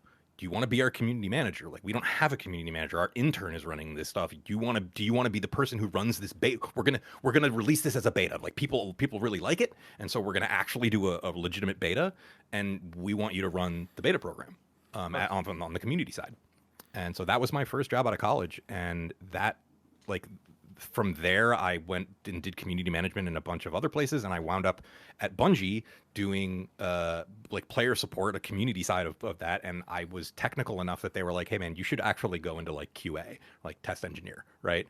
Because I had that technical chops from running websites and stuff. And I am where I am at Bungie today because I knew how to interact with communities because of Ansem Report. Yeah. It's amazing, isn't it? The Yes, soft and skills that you don't even realize you're building. Yeah. Yeah, but I mean, back It's then insane. we just thought that this was just a hobby that we were doing, and then Yeah, all of a sudden it it was just fun. progressed. Yeah, and it's funny too because I mean, when I actually revealed when I was rebranding to Cage World, I revealed it to my best friend at the time, and you know what he told me? Because back then he No. would ask me like, "Let's go hang out," and I told him, "No, no, I'm working on this thing," and I showed him what I was working on, and he was like, he looked at me, he goes, "So this is what you were doing?" I was like, "Yeah." He's like, and he says, "It sounds like a waste of time to me." You don't need that You stuff. sound like man. my mom. Well, I was the same. I was relatively embarrassed about admitting of all these technical Sa- skills that I had developed Same because thing. I was scared of the perception of other people because it was so abstract. You know, I mean, people were really. I mean, not many people had computers and stuff, so Yeah, it and wasn't then for like, like maybe I was 18 that I got comfortable with it because I started to discover and find, and obviously it was when the internet became cool. Then I was like, oh well, then yeah, look and at me. now So, I mean, there. back then we were seen as like nerds, but now yeah, now Yeah. being a nerd is cool now. You know, yes, yeah, so it's yeah. like back then you had always had to like not be so open about this, and then but at the same time, I didn't know anything about, like, I had a little bit of HTML experience, but like other than that, like I didn't know anything about like media management. And then as I got started working for KH2.co.uk, I learned management. I learned how to do community. I learned how to do all these skills. And now, even now, even though I don't work for any type of site anymore, I'm freelance, I still support smaller, you know, people, artists, shops, Mhm. you know, anything that I can help with those people grow. It's Become a mentor. yeah, it's been a part of me Yeah. since like day one. My entire thing was just to help people with this, bring the news to people, bring this information out. It's since day one I've been doing this for just the sake of helping people. I had That's a conversation with my mom at some point, or both my parents, where they could not understand why this was important to me. same with They couldn't my understand parents. why video games were important to me. They couldn't understand why these communities were important to me. And they flat out said, they're like, "You are wasting your time. You should be doing school." Like, I went to school. I went to my first year of college. I was majoring in molecular genetics Wow. because my dad was a doctor. Science was heavily encouraged, and I did I did an internship at the Cleveland Clinic when I was in high school, and like that's what they found valuable to society, right? And they could not understand why I cared so much about this other stuff. I think we just didn't realize, and I didn't realize until now, that the progressive things that we were getting into, like, social media, community management, digital marketing, these are careers that are exploding even now, and they're 10xing every single year. And we were so progressive in it that, of course, it'd be absolutely abstract to anyone else. I think you could say the same thing about, like Web3 or or cryptocurrency or NFTs. So like, there's probably loads of amazing. Let's not start talking about NFTs. No, I won't. I'm going to leave it there. I guess I'm not going to reflect on the technology, but I'm going to what I will reflect on is the content creators and people that are learning skills in this space now that are probably super young, and it just seems so abstract to everyone else because everyone will have heard of an element of it, but us, it was just the concept of the internet. That I think that we just need to take some pause that, and everyone is part of these communities as well of how progressive we were in the baseline of the internet. I mean, Google was absolutely rubbish back then. It was very prevalent, and Facebook hadn't even started when we were doing these Keep the Parts websites. So MySpace. MySpace was MySpace was there. And then when Facebook did come out, it was only for college people only. It wasn't available to the public. Yeah, so we were emerging with something that no one could really understand it until it got to a point where we could then now these days be really proud of what we achieved. Yeah. Kyle, I think we should take that folder that you've got with all the old stuff, and we should start making NFTs out of it. There you go. Oh man. No thanks. Yeah, hard pass. We need a board ape and a org 13 cloak. Yeah. There you go. But if I dare say it, I felt like it was a trigger word. I was like, I got to say something. I feel like I know where I'm going with this, but I may cause, anger in the chat. So we've all played KH3, right? Yes. Yeah. Everybody here has played KH3. Yeah. Well, what's KH3? Well, I mean, I got myself into trouble with Kingdom Hearts 3 as well, in that, like, I saw on eBay someone selling a copy like 4 days early, and I had to go on holiday for 2 weeks, so I ended up getting one off eBay. I ended up meeting this shady guy in like a coat. way. Like, Kingdom Hearts for £60, you can have it, boy, if you wish. That was part of the leaks because somebody apparently in Broke the Street. U.S. Somebody worked at a Walmart distribution center, and basically they had the pallets of the games in it, and he stole numerous copies which he sold on Facebook Marketplace, and that's where all the problems began. Oh, I remember, and that was like a month in it. That was like a month or two in advance. It was like early December when it, the game was launching in January, and by like when the news first started breaking, it was like I remember waking up that morning and I saw like everywhere on social media, Kingdom Hearts 3 has been leaked. Yeah, that did suck. Big time. And then once and then basically, apparently, I think somebody got their hands on it because you had like this little collector's book or something like that came with it, and apparently a game store in Brazil actually was selling those on their own. So somebody started scanning the images from there and uploading it to the internet, and I had posted on Twitter like saying, "Watch out, the the little art book that comes with it has been leaked too." And then like all of a sudden I got an email from like Square Enix at like 11 o'clock at night, asking me where it came from, and then I was like, well, I'm trying to do all that detective sleuthing work myself, and I ended up finding it like from a Brazil Facebook page, and it's like, and from there it got crazy. People were streaming on Twitch, they were uploading to YouTube, and wherever people could actually get stream it without getting in trouble. People were going to like Facebook Gaming when it was still up, and that was my just perspective. Was crazy. My perspective on leaks has changed so freaking dramatically since I started working at a game studio. It's I cannot express how painful it is for the people who make those products. And I never realized it. I never realized exactly how bad it is. You lose control of the narrative, you lose control of your ability to present your product in a way that is how it should be presented to be the best experience for your players. It's horrible. And also you lose awful. And on the business side, you lose sales because then people are like, well, I'm not going to buy this game now because the story sucks, or I don't like this, or I don't like that. Right. Correct. I got spoiled because I was trying to help Square Enix, calm the leaks. So I basically ended up spoiling like almost the entire game by the time I got my hands on it. And it's like, well, I mean, it's a sacrifice for the community because worth it. It's worth it. But I did enjoy the game. It's a dramatic early leak, though. Like, it's that early. I mean, Last of Us 2 is probably the most similar comparison I can think of where a similar sort of thing happened. But So the fact that there was even, if I'm right, there was even statements published around the leak acknowledging it. Yeah, And I imagine then yeah. inferred the decision to not release the secret endings as part of like the day one patch or what have you. yeah. So I think Square Enix. I think Nomura finally commented after like I think it was a day or two after the leaks happened. They Yeah. finally were like, okay, this is legitimate. You know, we're not going to release the secret ending until the game is released.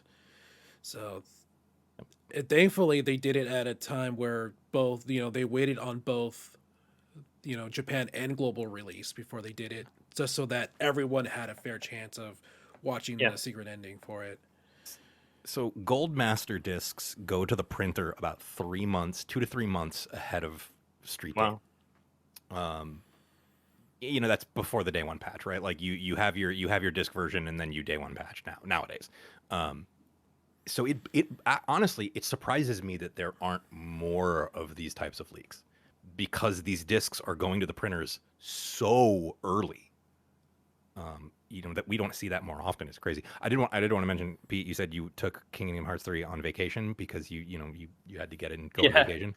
I did the exact same thing. I took a ski vacation to in Canada with a bunch of my friends from Bungie, and it had come out like a couple days beforehand, and I was like, I'm bringing my PS4. Yeah. See, I don't care, you guys. I'm commandeering the TV. This is happening. Deal with it. Had to be done after a 50. I mean, obviously, I'd played every single sort of game in the interval, but such a landmark release that it was basically I was looking if I was going to be speaking at like a conference, but it clashed with the release date, and I'm like, man, they're paying me for this conference, but my heart says play Kingdom Hearts, so it was like, right, I'm speaking at 4 p.m. So if I get up at 8, I can get 6 hours in between, go on stage for an hour, and then go back and play the game some more. So yeah, I had to cart the PlayStation, and that's big for me. Like I got the game early by 2 days, so there was a slight delay between the US and the European release, or maybe I'm wrong. No, there was a delay between the Japanese release and the European one. So I ended up getting a copy like 2 days early, but it made a massive difference to me being able to actually then bring the game on vacation and keep playing it. Maybe it was a bad idea in hindsight, but I smashed through that game in like a week, man. It's probably the quickest. These days I get pockets of time to play video games, but my entire life was on hold. As I said to my wife, I'm sorry, we're not interacting anymore for at least a 1 week period to like race through this. But yeah. I will say, like, we want to start talking about like the content of Kingdom Hearts 3, because again, we all binged that. I know we all binged that as soon as it came out. Yeah. I was very disappointed in what appeared to be the influence of Disney in that game. Yeah. There were so many worlds that were very obviously strictly dictated by Disney. Frozen, for example. Every game up to that point, you didn't just replay the movie, right? Like you replayed some of the beaten story beats, but like it was fundamentally written differently because your characters were part of the story. But Frozen was literally just you're running around the world while the movie's playing in the background. Like, and it's obviously because Frozen 2 was about to come out, right? And so from Disney's perspective, they want, the marketing of, they don't want that tainted, right? They don't want that like messed up by some narrative that doesn't fit what's about to come out, right? Yeah, which is unfortunate because that world especially could have been so much more interesting. I know. It wasn't just that world too. It was Big Hero 6, I think, was kind of like that too.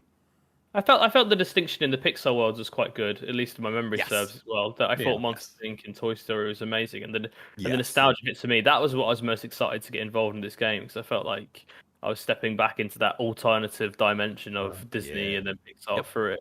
But yeah, I mean, I enjoyed the game overall, but I felt like I was spoiled through the marketing of it, to be honest. And even at that point, I wasn't really actively involved in the community. I was just seeing what was being published through the major conferences through it. So yeah, I guess in advance, I wish that maybe I didn't look at the marketing as much, or maybe I didn't know about Scarlet Calum. Maybe I wish I didn't know about the fact that every single Disney World's in there.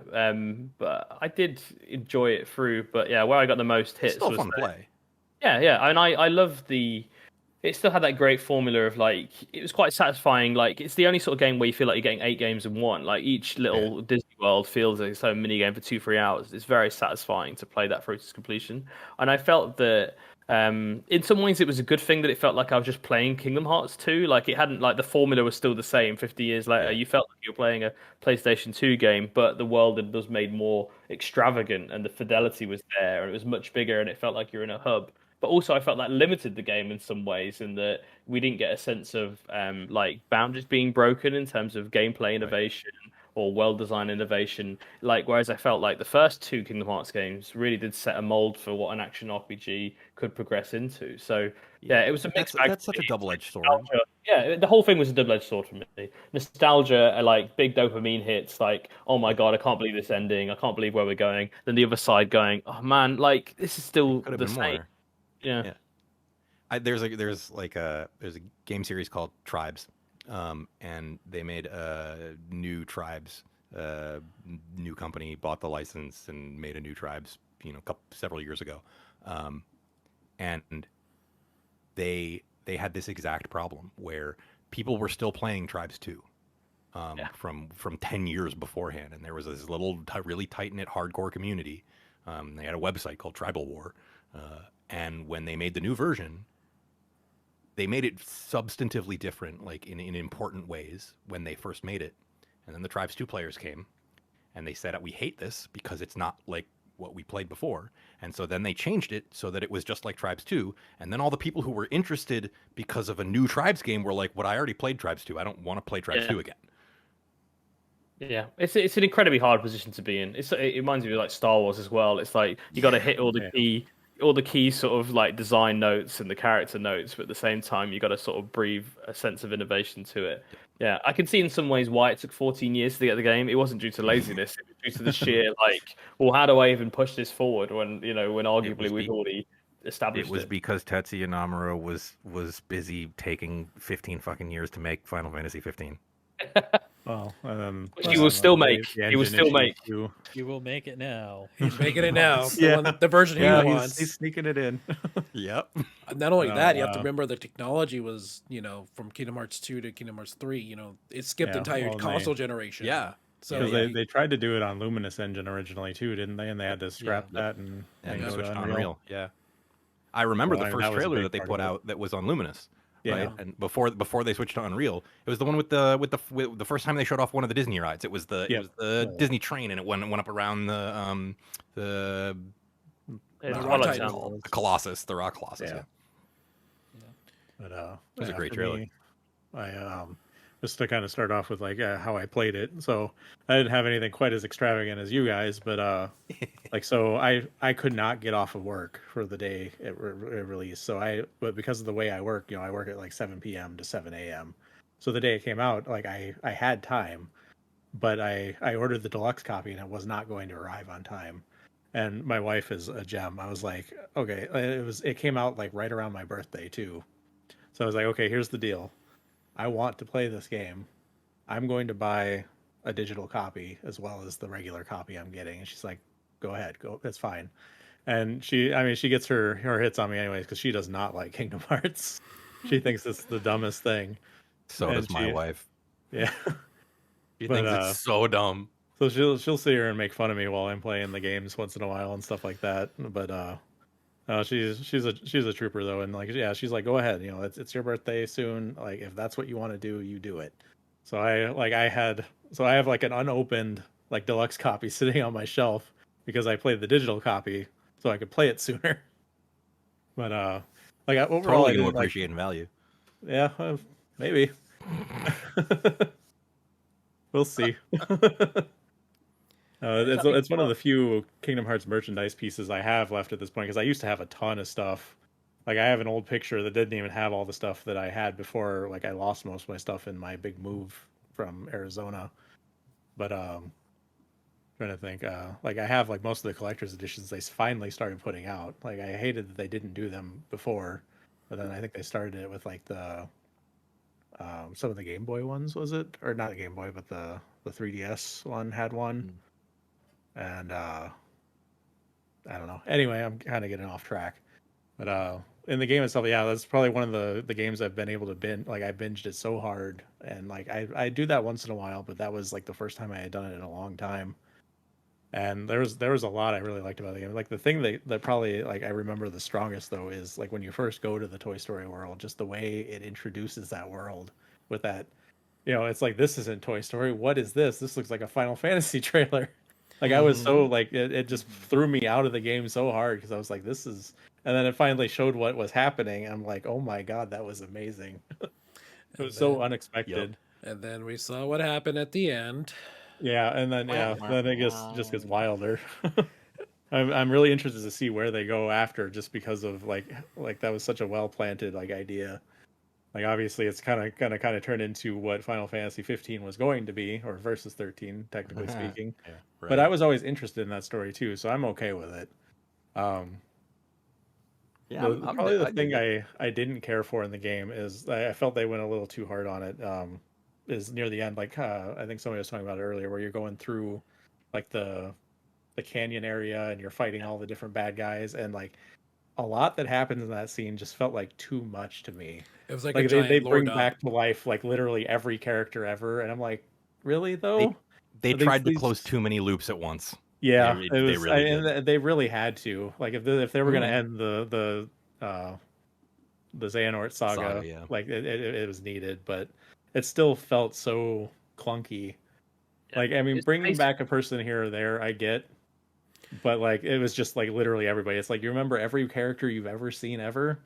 They're all back. They're fine. Don't worry about it. It's like okay, well now the impact of what happened to them is kind of doesn't feel like Yeah, anything anymore. Yeah, because right. one of the things we always Cheapened it. mentioned was that like we should have had some battles like in Keyblade Graveyard a lot earlier. To set the Yeah, yeah. If tone, they would have spaced them out, because would really show how important this Keyblade War is.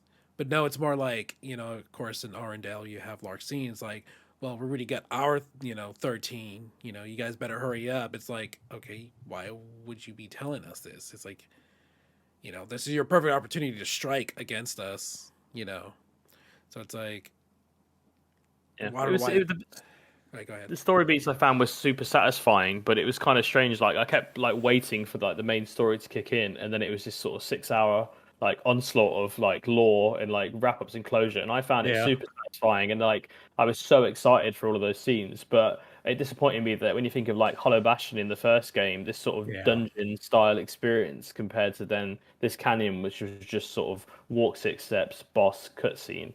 It Yeah. just didn't have that same like I was excited, and I thought like Scarlet Calum as well would be like, okay, this is the dungeon of this game. This is the original Mhm. world dungeon, and I was sort of disappointed of the low scale of like original worlds and original dungeon exploration that was there. But then at the same time, the story satisfaction was so high. So yeah, I just always felt like the game was a little bit unfinished to me. Like I felt like it could have used another year or two in the tank to build out a couple more or expand upon the scope of the original worlds. But of course, all that investment went into Disney stuff. So that was always what was a bit off kilter for me. Those earlier games felt like they had, they're very heavily weighed in Disney's favor, but there was still a high amount of like original worlds to explore. Twilight Town in the second game, Hollow Bastion, Destiny Islands in the first game, and also oh my god, forgetting worlds names now. But I just felt like that balance wasn't there in the third game. And it took Yeah. and it took a DLC to finally put exploration in Scarlet Kylo. Yes, Yeah. yes. Right. So And even then, like yeah. I felt, I watched it and I thought, like, well, where's the NPCs? Like, where's the dungeon exploration? Like, they made more out of the world, but it still wasn't the same level of depth. Yeah. I feel. I genuinely wonder how much of that, like, how much of the DLC was literally they just couldn't get the game done in time, and so they had to wrap it up in the best way they could, and Yeah. then they gave us the real ending in DLC. We'll never know. Kind of what it felt like, right? That's how gaming does. The gaming industry is now basically wrap it up as Yeah. fast as you Yeah. can and just release everything as DLC. Yep. And People will Going, pay for going it. off of going off of that, yeah, I totally agree with all the points you guys are making. I would say, yeah, for me, my one big takeaway of Kingdom Hearts 3, while I did really greatly enjoy it, is that the typical formula of how Kingdom Hearts games tend to be paced, where like 80% of the story comes in the last 20% of the game. Yes. It really hit hard in this particular game. Yeah. It was really cool back in Kingdom Hearts 1 where it was more novel that we got the big stuff with Hollow Bastion. It's like, okay, you did all the Disney stuff. Let's give you the real stuff now. Like that was cool then, but I feel like now it's kind of maybe a little bit too formulaic in that sort of pacing. And yeah, like Churro, you were saying, yeah, there's like so many like characters that we encounter and boss fights that we have in the boss rush that was that whole Keyblade Graveyard area. Yeah, it would have been nice to have some of those encounters maybe a little sooner. Spread it out. The content's there. It's just not evenly distributed in a way. So that part was a little disappointing. But overall, yeah, I really was overall pleased with the production value overall of the Definitely. Disney World. It's still fun. Those were No, yeah, it's still fun. It was still a fun game to play. Right? Yeah, and it just speaking from me, from my perspective as being a character artist in the gaming industry and just being in the art content creation side for games now, I can definitely appreciate the amount of work that went into these, and I had an inkling of this at the time when I was more on the fan side of things, but I can definitely see when you're putting that much effort and money into the production of all these assets, and in a lot of cases it takes years to make all this stuff. I can understand, maybe not accept, but I'll understand why they're showing all of their assets, all the Disney worlds in the marketing, because they spent so much money making it. It's really unfortunate. I actually have conversations kind of like this in my job, where it's like, oh, we got to really make our best use out of these assets that we're paying money for, because we need to use this in marketing, even if it's not exactly conducive to the actual production of the asset. Yep. Yeah, I have to speak very vaguely on that, but yeah, that's. I mean, Brandon, I'm sure that you and I could talk for hours about about like the things like the cost per megabyte and its trend over time, like production cost per megabyte, how many megabytes are in the game, and then the customer cost per megabyte, and how those are just completely divergent graphs. There are also many megabytes, and this is just me speaking from the art production side of things, that go into things that people never see, like concept art. Oh god, that's the stuff I need to make the assets. Yeah, there's a lot of money that goes into that, and all that stuff. Like, honestly, if you think about Kingdom Hearts, like how much concept art have we really seen of this series? And it's honestly not that much. Like, how much concept art have we seen for a lot of this stuff? I can tell you Tetsuya Nomura doesn't do all of it, and most of what we see is his work. So you can only imagine how how little we see. The other interesting thing, and I say this from the character side, is it's so interesting that now with Kingdom Hearts 3 it finally got into some of the CG films that they could actually use assets from the real movies as the basis for creating the game versions, and that part of it is pretty insane. Like I'm assuming, like one place where it really hit me was in the Tangled level, where you get to the castle city. It's like, wow, there is all these buildings here. There's no way in hell they made this for Kingdom Hearts. They've definitely just got assets from the movie and retopologized them to be, something that could run on the game, and that's it. I'm gonna make a segue I can't here. Imagine. Yeah, I can't imagine using that. There's no way. Yeah. I'm gonna use that as a segue to something we talked about before we all got on the call together. We were talking about Sora in Super Smash Brothers. There's a video out there of comparing the animations in the Kingdom Hearts game, like in Kingdom Hearts 1, because that's what it's all based on. That character, they very specifically based it on Kingdom Hearts 1 Sora. Yeah. But comparing the animations in Super Smash Brothers with the animations in Kingdom Hearts 1, and they are almost frame perfect recreations. Yeah. And it's very obvious that like Disney and Square came in and said, look, if you're going to have Sora in Smash Brothers, he has to be Sora.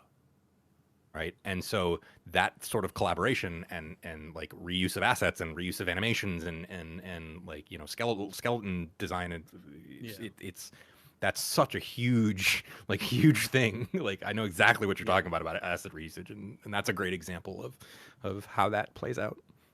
Yeah.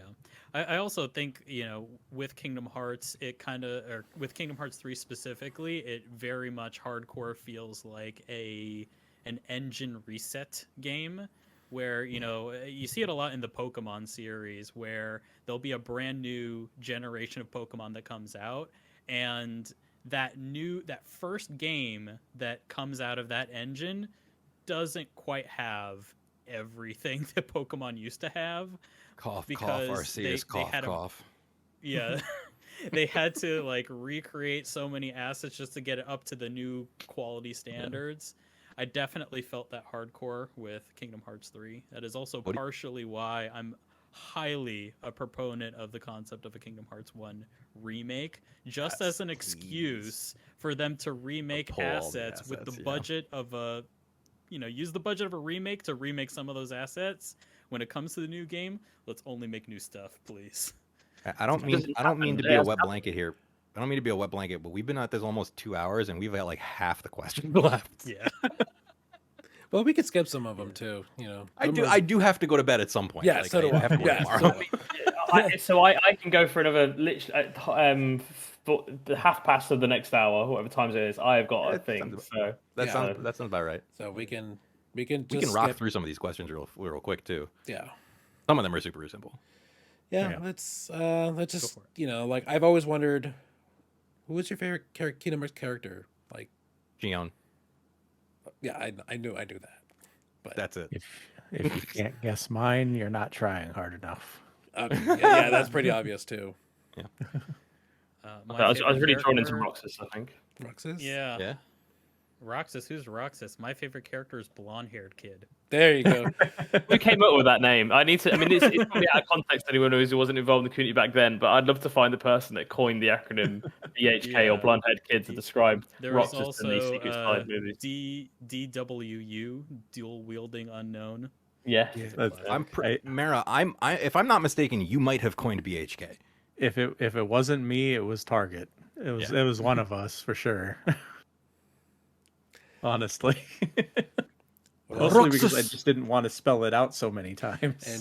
And also remember that Roxas's name reveal was from a candy wrapper. Mexican candy. Yeah. So another tidbit. That's great for that. All right, moving on to the next one. I want to know your favorite Keyblades. Like, do you have like a personal one in the game that you always have to use, or is it something, you know, that you just like to design, or what is it? I have been forever torn between Oathkeeper and Oblivion. Yeah, I think this is just going to be talking about which is better, Oathkeeper or Oblivion. Yeah, right. I mean, that literally the Oathkeeper Oblivion it's just immediately sprung to my mind. So, like those are cool together. Honestly, my favorite has always been, just because I like the concept design behind it, is the ultimate weapon. Like just the fact that it is a sword. It's just a sword, but it's got all the like filigree and stuff on it. It was always really cool looking. As far as like Keyblades in general, I've always like, since they've introduced it anyway, No Name has been my favorite. Like Xehanort's Keyblade is so cool looking. Yeah, it is very cool. Well, hopefully we get a name for it soon. So and hopefully we figure out what the end game is with the freaking gazing eye. What is the actual name for the gazing eye? Yeah, gazing eye. I honestly don't even care about the eye. What's in the goddamn box? Oh, what's in the box? We'll know in 25 years when we do the second. Legitimately, because I was on top of Union Cross, and like the box was like, that's what I wanted from Kingdom Hearts 3. That is the whole time. Yeah. Like I'm playing the game and they're showing the box, and Maleficent and Pete are wandering around looking for, trying to figure out about the box. I'm like, we're gonna find out about the box finally, and they don't. And I was just so mad. I have a prediction for what's in the box. Let's hear it. It's the body of the Master of Masters. That makes the most sense, Dun, honestly. dun. Especially after, you know, what you learned in Unicross about having to travel from one plane to another. So it kind of makes sense. I'm not even kidding. Like, I think it's actually the body Yeah, of the that's- Master of Masters. Another box. that's- that's all it can be. They have to keep this going It's for gotta 2 be more games. another box. It's another box. Yeah. Alright. It's the nesting dolls of boxes.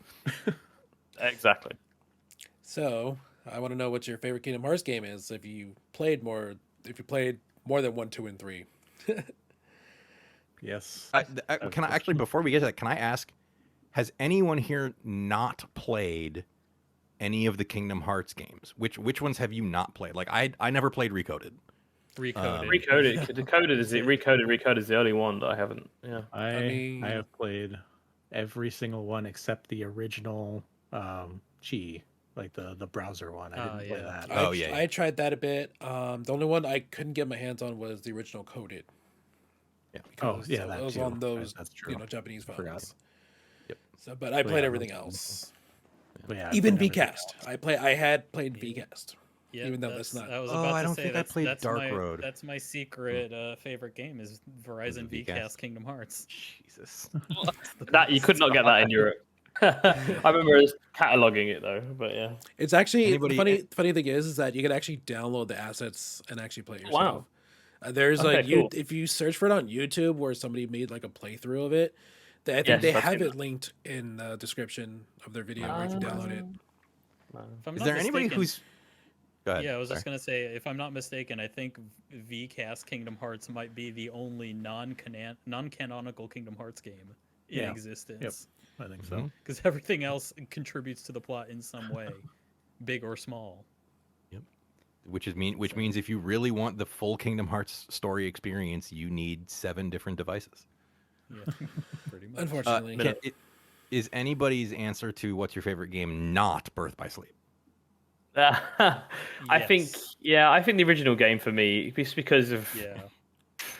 I mean, I can't I've enjoyed them all thoroughly, but the first game just was such a turning point for me personally, and also then what resulted in us being here now and discovery through it. But lore-wise, yes, I mean, Birth by Sleep and the lore and the substance of that, especially for a handheld game, was just incredible. It was just the culmination of all the greatest parts of Kingdom Hearts in that one game because it had found itself and found its voice. But yeah, That one had Maybe the maybe we can tightest make this. gameplay too. Yes, maybe we can make the distinction between your favorite game versus the best game. Yeah. No. I have different answers for those, and I think Right. That's what I'm my saying. it might my go another fav- few hours. My favorite game is definitely Kingdom Hearts Final Mix. It just means too much to me, so that's what I would consider favorite. Is how much it means to me, and it's got to be Final Mix. But in terms of best, I'm gonna have to go with Kingdom Hearts 2 Final Mix Critical Mode. That is the best Okay. in my opinion. Just battle system gameplay wise. I'm not gonna say story. Story, I might have to go. It's hard not to say Kingdom Hearts 1, but Birth by Sleep is is Brandon, very with your close. with that answer of Kingdom Hearts 2 Final Mix Critical Mode, I have to ask the question: when did you start Yes. hating yourself? Uh, it started when I hit start on the controller. I didn't know what self-loathing was. Who hurt you? until- yeah. Okay, with Well, with the that in true, mind, the depths of it didn't come until I wanted to actually unlock the secret ending for real, and all those requirements. Oh. It took me 42 tries to get Lingering Will. It was that's the bit I remember the most descent to madness. in the Oh, final yeah. mix Japanese release. It was the only boss where I had to learn each attack pattern and do it frame perfect to beat Organization Yeah. 13 boss in the final mix mode. It's just it's an entirely different video game when you're playing those end game bosses. yeah. So. speaking of kind of a side question that I'm interested in now, is there any boss or anything in any of the Kingdom Hearts games that you have played that you were not able to beat? Multiple of them. difficulty aside. I took one I'm go just at not the a good enough gamer for that. Yeah. What's the name of the first secret boss in Kingdom Hearts 3 in the Keyblade Graveyard? I took one go at that, and then I just was like, nope, and just put the controller down. Like the big heartless. Yes, Like, that's the it. Battle Gate. Yeah, I can't. Yeah. Not familiar with the name, but I do know what you're talking Something about. Inferno. Dark Inferno. There you go. Okay. Yeah, no way I'm doing that. For me, it's limit cut. I can't do Yeah, limit basically cut. all of Limit Cut. I'm same. Like I had more fun with Yuzora, but Okay. limit cut. So for me, I spent probably 3 hours on it. I finally gave up and just pulled YouTube up. I could not beat Yasora. I cannot do it. I don't know why. I've beat everything else I have ever done in any of the games. I cannot beat him. Yeah, there's so many bosses I haven't beaten because I know I'm just not a good enough gamer. I'm literally just not. Yeah. Friggin' Sephiroth in Kingdom Hearts 2. Maybe Sephiroth in Kingdom Hearts. I don't know. One of the two games I didn't beat Sephiroth. Any of I'll Limit try. Cut. I'll Yuzora, try after I like, all that beat Elden Ring. I'll go back and try so I can You train can use that myself knowledge. in the ways of gamer. True, know you how can to use that actually knowledge. go. block and dodge without just spamming the dodge roll. Well, here's the thing about me that most people don't know is I broke 9 PS2 controllers over Lingering Will. 9 wow. PS2 controllers. This is one of the reasons why I don't do limit cut on stream, because I don't want you to show. I don't want to show you guys that rage-inducing side of myself when it comes to video games, because I am a Sounds like rage it'd be great gamer. content. It'll probably be good content for you guys, but for Yeah. me, mental wise, no. Mental uh, health first, man. Mental health first. Yes, and it gets worse too, especially when games like first-person shooters, Call of Duty Online, same thing, rage-inducing. So it's like I've broken so many controllers because of that reason, and that's one of the reasons why I don't do. When Yoko Shimomura was titling the music, it was not just a title; it was a promise. It was Rage Awakened. It was. So, and why do you think I haven't done like any Souls game on stream because of that reason? And I haven't gone back. I maybe completed 4 organization members in Limit Cut, but like I never went back to that since. And it took me a long time to go through in Kingdom Hearts 2 Final Mix, and I haven't gone back to it since. Like I want to keep my controllers from breaking, so. Oh, it's almost time for it's time for my favorite question. Okay. Oh, Would you rather? Very important question.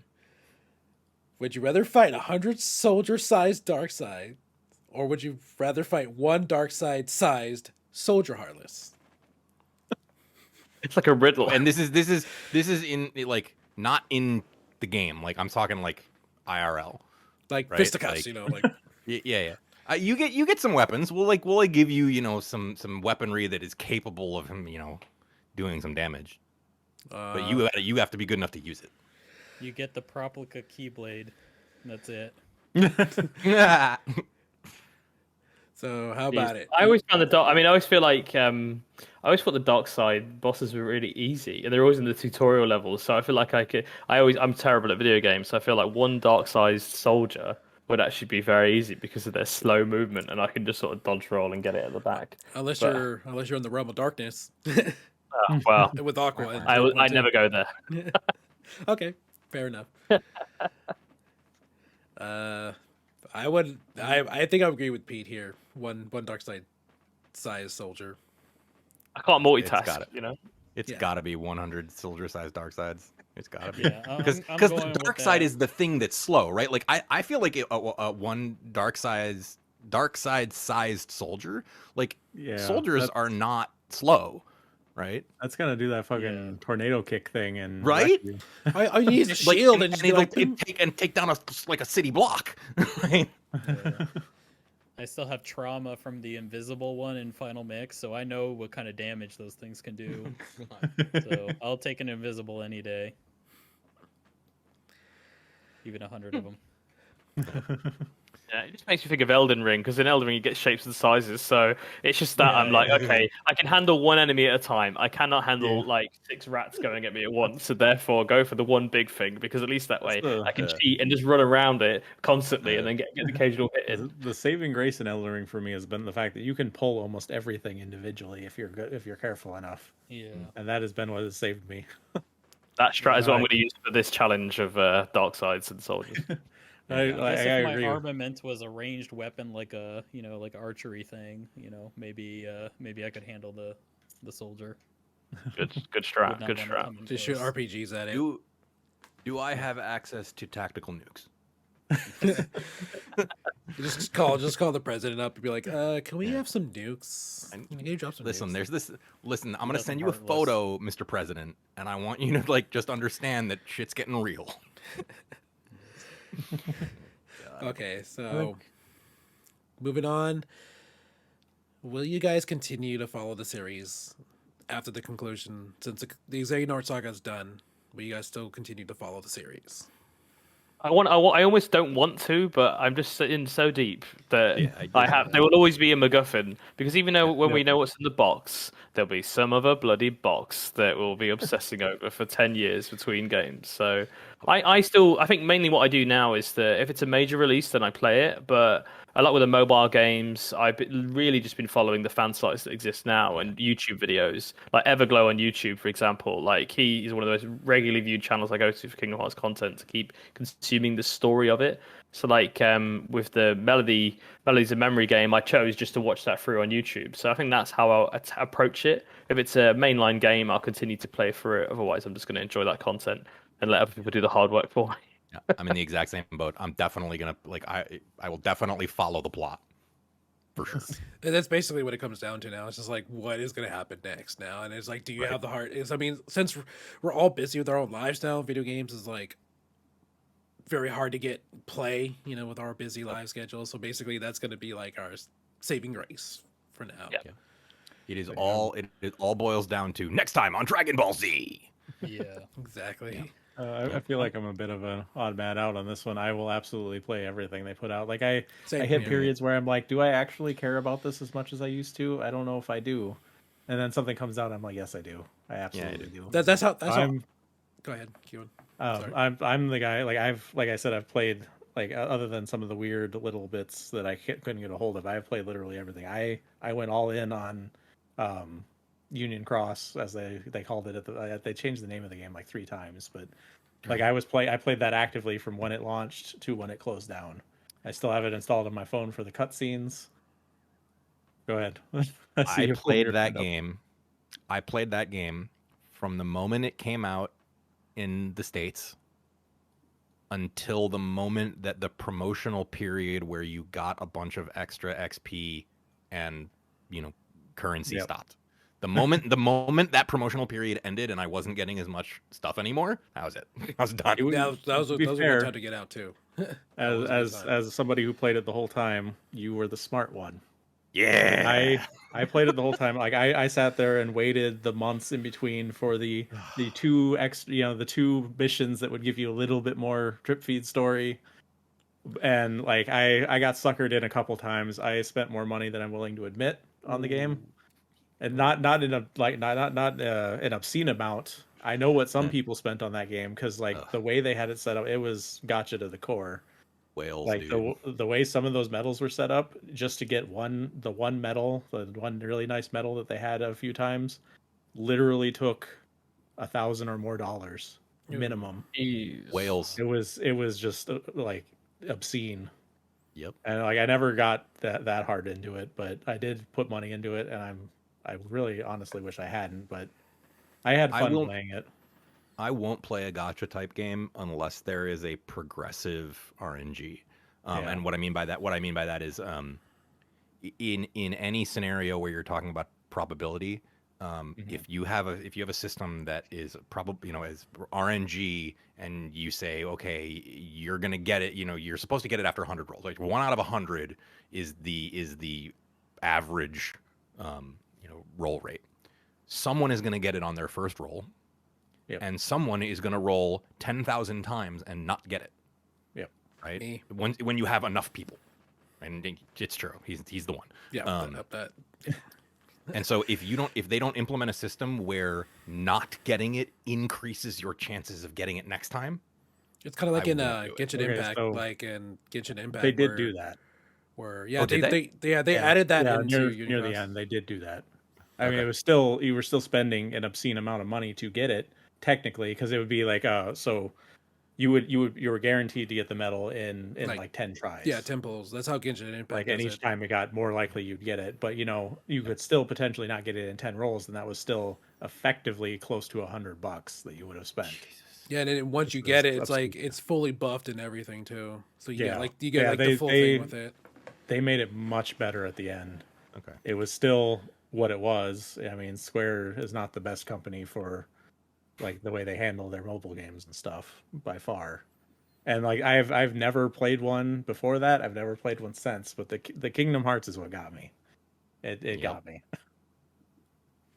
Once Dark Road came out, I kind of dropped all my investment in that, and like I didn't spend any money on Dark Road. Like, but Dark Road was set up in it was both a better game and a worse game, honestly, because it functioned better, but it was more of an idle game than anything.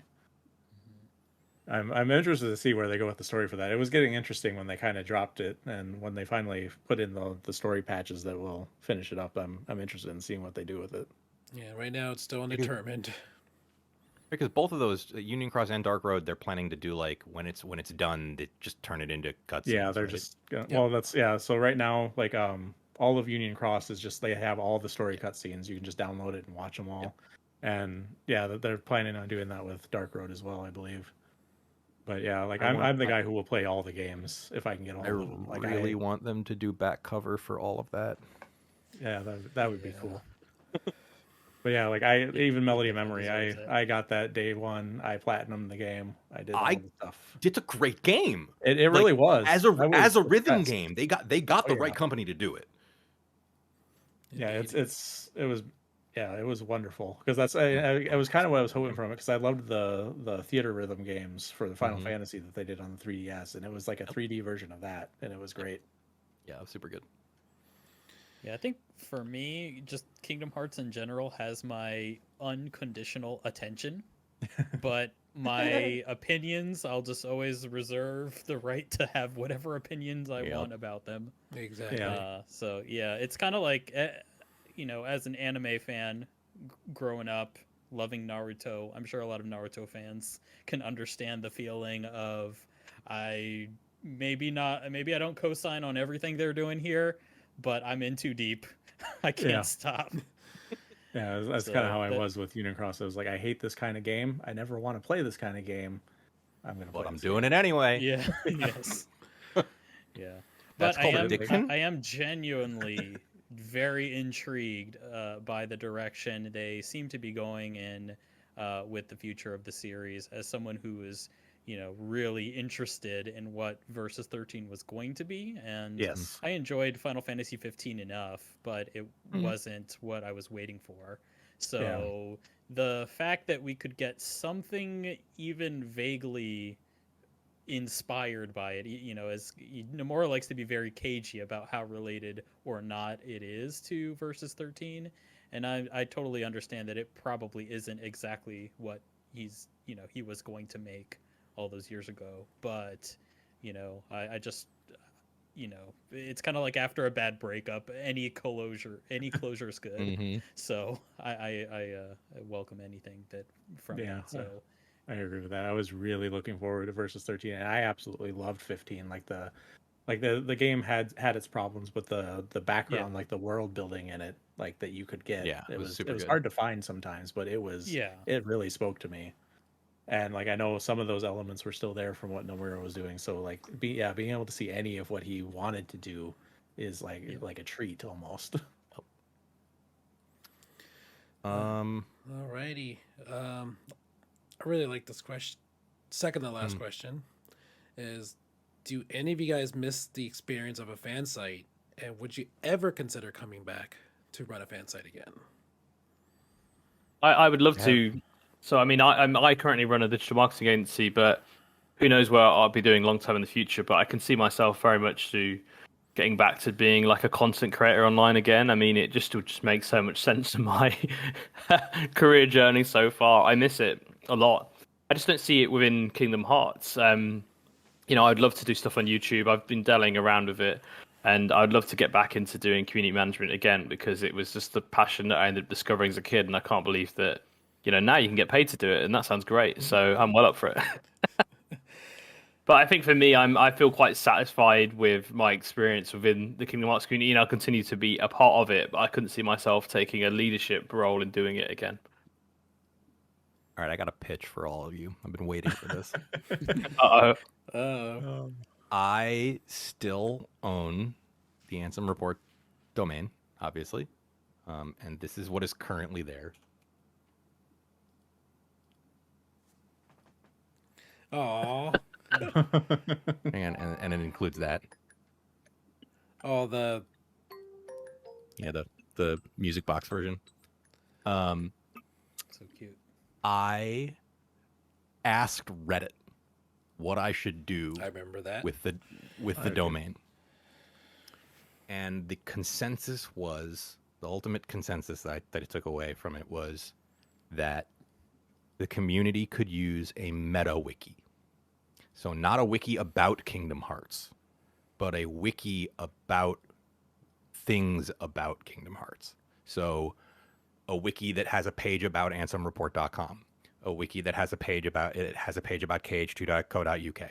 It has the current and historical information about the community. Funny you mentioned that because I've been having thoughts about wanting to do that myself. As somebody who, Wow. Something beautiful's happening here. I can do the server side admin stuff and some of the infrastructure, If you, again, I'm pitching it to you guys. If you want to get in, if you're interested, we should talk about it more after we stop recording. Just when you think it's over, it's Just like, when you we're think back, baby. you're out. they just pull you back in. Yeah. So I'm at the like, very like least, promo. like I said, I have a folder full of random old bits and bobs. And the nice part about that sort of project is because it's a wiki, you only need seed content, right? Like we would, like if we were to do something like that, it would be you make the you get the server set up, you get the software running, and you seed it with a minimum number of pages of content, and then you just let the community handle the rest. Which is why it's appealing to me. Yeah. So the short answer to the question, do you miss the experience and would you consider coming back to operate a fan site? Yes. Nice. Yeah, I can see myself being back in the mess somehow. Well, my end of things, like, I don't know that I'd want to do like a Kingdom Hearts fan site specifically, kind of like has been said, because like I've just been so like separated from the community for so long, I wouldn't even know where to jump in. Like I'm sure all my ideas are old at this point. However, like recently I did kind of like realize that I did miss the community aspect of it itself though, and making content and stuff like that. So like within the last year I have actually started doing that again, for a very, very different thing. It's still still video game related though, but like since meeting my wife, I've gotten really heavily into Vampire the Masquerade. It's a tabletop RPG. I don't actually play tabletop RPGs, which makes it even more amusing. But I've played like all the video games they've done for it and stuff like that. And like recently, Bloodlines and all that, Bloodlines was great. But within like I think it was like 2014 or 2015, like CCP, the company that makes EVE Online, had owned the property. And they had been trying to make a game, and that all fell through. Well, Paradox Interactive actually bought it from them. No and way. They've relaunched everything. Like they have a new tabletop line that they're making. They've put out like probably 5 or 6 different video games. A lot of them are just like text-based games or like visual novels right now. Sure. But like Bloodlines 2 is in the works. There was some hiccups with that. But one that's being made is called Blood Hunt. It's actually a battle royale game. Oh god. Which sounds weird for what Vampire the Masquerade is, but it's actually really cool. Like I was involved in like the alpha testing, and like they did an early access period, and like I saw there was like a lot of people coming to the game that are like battle royale fans, and like they're like, oh, this game has a story to it. Like what is this? I'm like, well, Vampire the Masquerade is like 30 years old. So I started making like lore videos basically for people that had no idea what it was, and I kind of rediscovered my love for doing that and interacting with the community and stuff. So that's kind of what I've been doing. The what you just described is giving me flashbacks to a game called Noskoth, Oh, yep. which was Legacy of Kain, Legacy of and Kain. but Yep. it was like a multiplayer. It was like a multiplayer arena, like Yep. not shooter, but an arena combat Yeah, game. that name came up a lot when people first started joining the Blood Hunt Discord. They're like, "Oh, this Really? reminds me of Yeah, it's Nosgoth." like a Noskoth. Oh god, it's a decent game, but Yeah, it sounded like it didn't really have the support it needed. it did not. It did not. I love that universe though.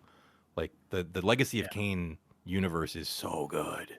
yeah, that's like next to like Vampire the Masquerade. That's probably like the vampire thing that you Yeah. hear the most about, especially in like the Mm-hmm. video game sphere, because everybody loved it. Ve Victus, woe to the conquered. Hey guys, I need to jump off in like 5 minutes. Okay. Sorry Okay. to be a party people. All right. Luckily, we're I almost think we're on the done. last question anyway, right? But I don't. Did Brandon get a turn? Is he coming back? Oh, Yeah, yeah. I can, I can jump in really fast. So yeah, would I work for a Kingdom Hearts fan site again? I don't know if I can, just with the nature of the stuff that I'm doing now, and me being I'll just say I'm a 3D character artist in Japan, and you know what company needs a lot of 3D characters? The company that makes Kingdom Hearts. So it could be a little bit difficult, a little bit of a well, it could be seen as a conflict of interest, and it's a Yeah. little bit hard to explain that to, you know, Japanese higher ups. But I do really love the community. The idea of a KH wiki for like a meta wiki, I think, is interesting, and I do have Yeah. literally hundreds and hundreds of hours of me and Churro talking on a podcast. You know, I have that data, but that Heck stuff yeah. is publicly still available on iTunes, at least for now. So but yeah, little difficult for me with my career aspirations, but I do still Fair enough. forever love the community. Yeah, Fair enough. I wish Square would be a little bit more open to allow their devs to be more interactive with the community, and that might give me more hope. But I have to yeah, say, like just from my experience with like with Shark Mob who makes Blood Hunt, yeah, it makes such a huge difference. Like, cause I actually have like the developers, like a number of them follow me on Twitter, and I talk to them regularly on their Discord and stuff like that. And it is such a cool thing for a community to be able to do that with like the devs. Now, obviously, there's caveats with that, and some people are not great, yeah. but like the ones that can do it is great. And like seeing companies that like actively try to avoid that, I feel like they're just really missing an opportunity. Yeah. All right. Time for the last question. And since, here we are, 20 years after Kingdom Hearts released in Japan, do you guys have one final word to the Kingdom Hearts fans out there or the community in general? First, if it's okay. I mean, the first thing is I want to thank all of you guys on here for all the amazing things you did back when we were just like kids prattling around on the internet. Like, I can't be thankful enough for the hours and hours we all spent together just messing around online, but also the work that you did to serve the community. And that's the biggest thing for me. And I think that every single fan, even now, is appreciative of it. Every now and again, I will like I said, I come across content that is created about Kingdom Hearts that has one of our names attached to it or a video thumbnail attached to it. And, and it's just amazing to me that we're a part of this progressive culture of the internet of like inventing like digital marketing communications for video game companies and putting steps into that. And I'll never be thankful enough. So Brandon and Toro in particular, I just wanted to say thank you for everything because I was especially rubbish at saying it when I was younger. So I just want to say thank you for that. Right. I mean, you are included in that. We all feel the same way about each and every one of us. Including the people who aren't here today. Yeah. There's plenty of people who were involved that that aren't obviously in this chat today. I have something I want to say. The last thing I want to say is I'll come back to you. I promise. Okay. I guess on my end, like what I want to say is like, I haven't, like I said, I've been kind of disconnected from the community for a long time, but I see bits and pieces here and there. And like as far as like other people in the community go, just keep doing what you're doing. I've seen some amazing stuff, whether it be fan art. Like I know like there's a group that runs like a tabletop live play or actual play, whatever they call them. for Kingdom Hearts. It's called like Interstitial War or something like that. It's really cool. It's wild. It looks just That's wild. crazy. I haven't had a chance to really watch much of it, but it's cool that people do stuff like that. Like it's such a different kind of sphere than it was when we were in our prime, and it's cool to see it evolve. Like when I take a look, and I always see something new and interesting, and just keep going. Amen. Yeah, I guess I'll just jump in real quick and say, I'm so appreciative, to all the people that came before me. I wasn't really involved so much in the creation of these amazing platforms that I enjoyed, but I definitely put a small piece into some of the content side. And I just want to thank you, Pete, for the opportunity that you gave me back then. Being a slightly younger kid, also playing around on the internet, and Churro always being there. And I know we mentioned it before, but yeah, this whole experience of being a part of the Kingdom Hearts community set my life where it is.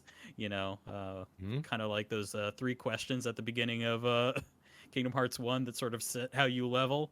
That's basically what the Kingdom Hearts community has been for me. Yeah. So I can't be appreciative enough, and I can't wait to see as the series evolves, how the community evolves as well. Only 5 people know this, but I Agreed. need to shout out Damien, Tony, and Shay, who are a massive part of the site as well, and also a guy called Moores, another guy called Ruby. There's too many Yes. names I could even list. Yeah. But and Damien I was the apologize if I guy missed that you I out. was working with that one time that we were trying to figure out Uizidamu. Thank you. It was Yeah, Damien. Margin Boo 1500 was Yes. his username, Oh, and that that's why man, that every time the came to site got me. hacked, he restored the Yeah. website again and again and again on old backup drives. So he's was got a lot to great. thank for. I know Mara and I certainly would have a bunch of people like Blind Raven, Shamu, Kiari, Absolute Roses. Yep. Like there's a whole bunch of people. And of course, Target Dog. Obviously, Man, Target Target Dog. is all. We've talked about him. We've talked about him enough. Come on. You know he'd like it though. Yeah, that's true. But I just want to thank all of you guys for being here today and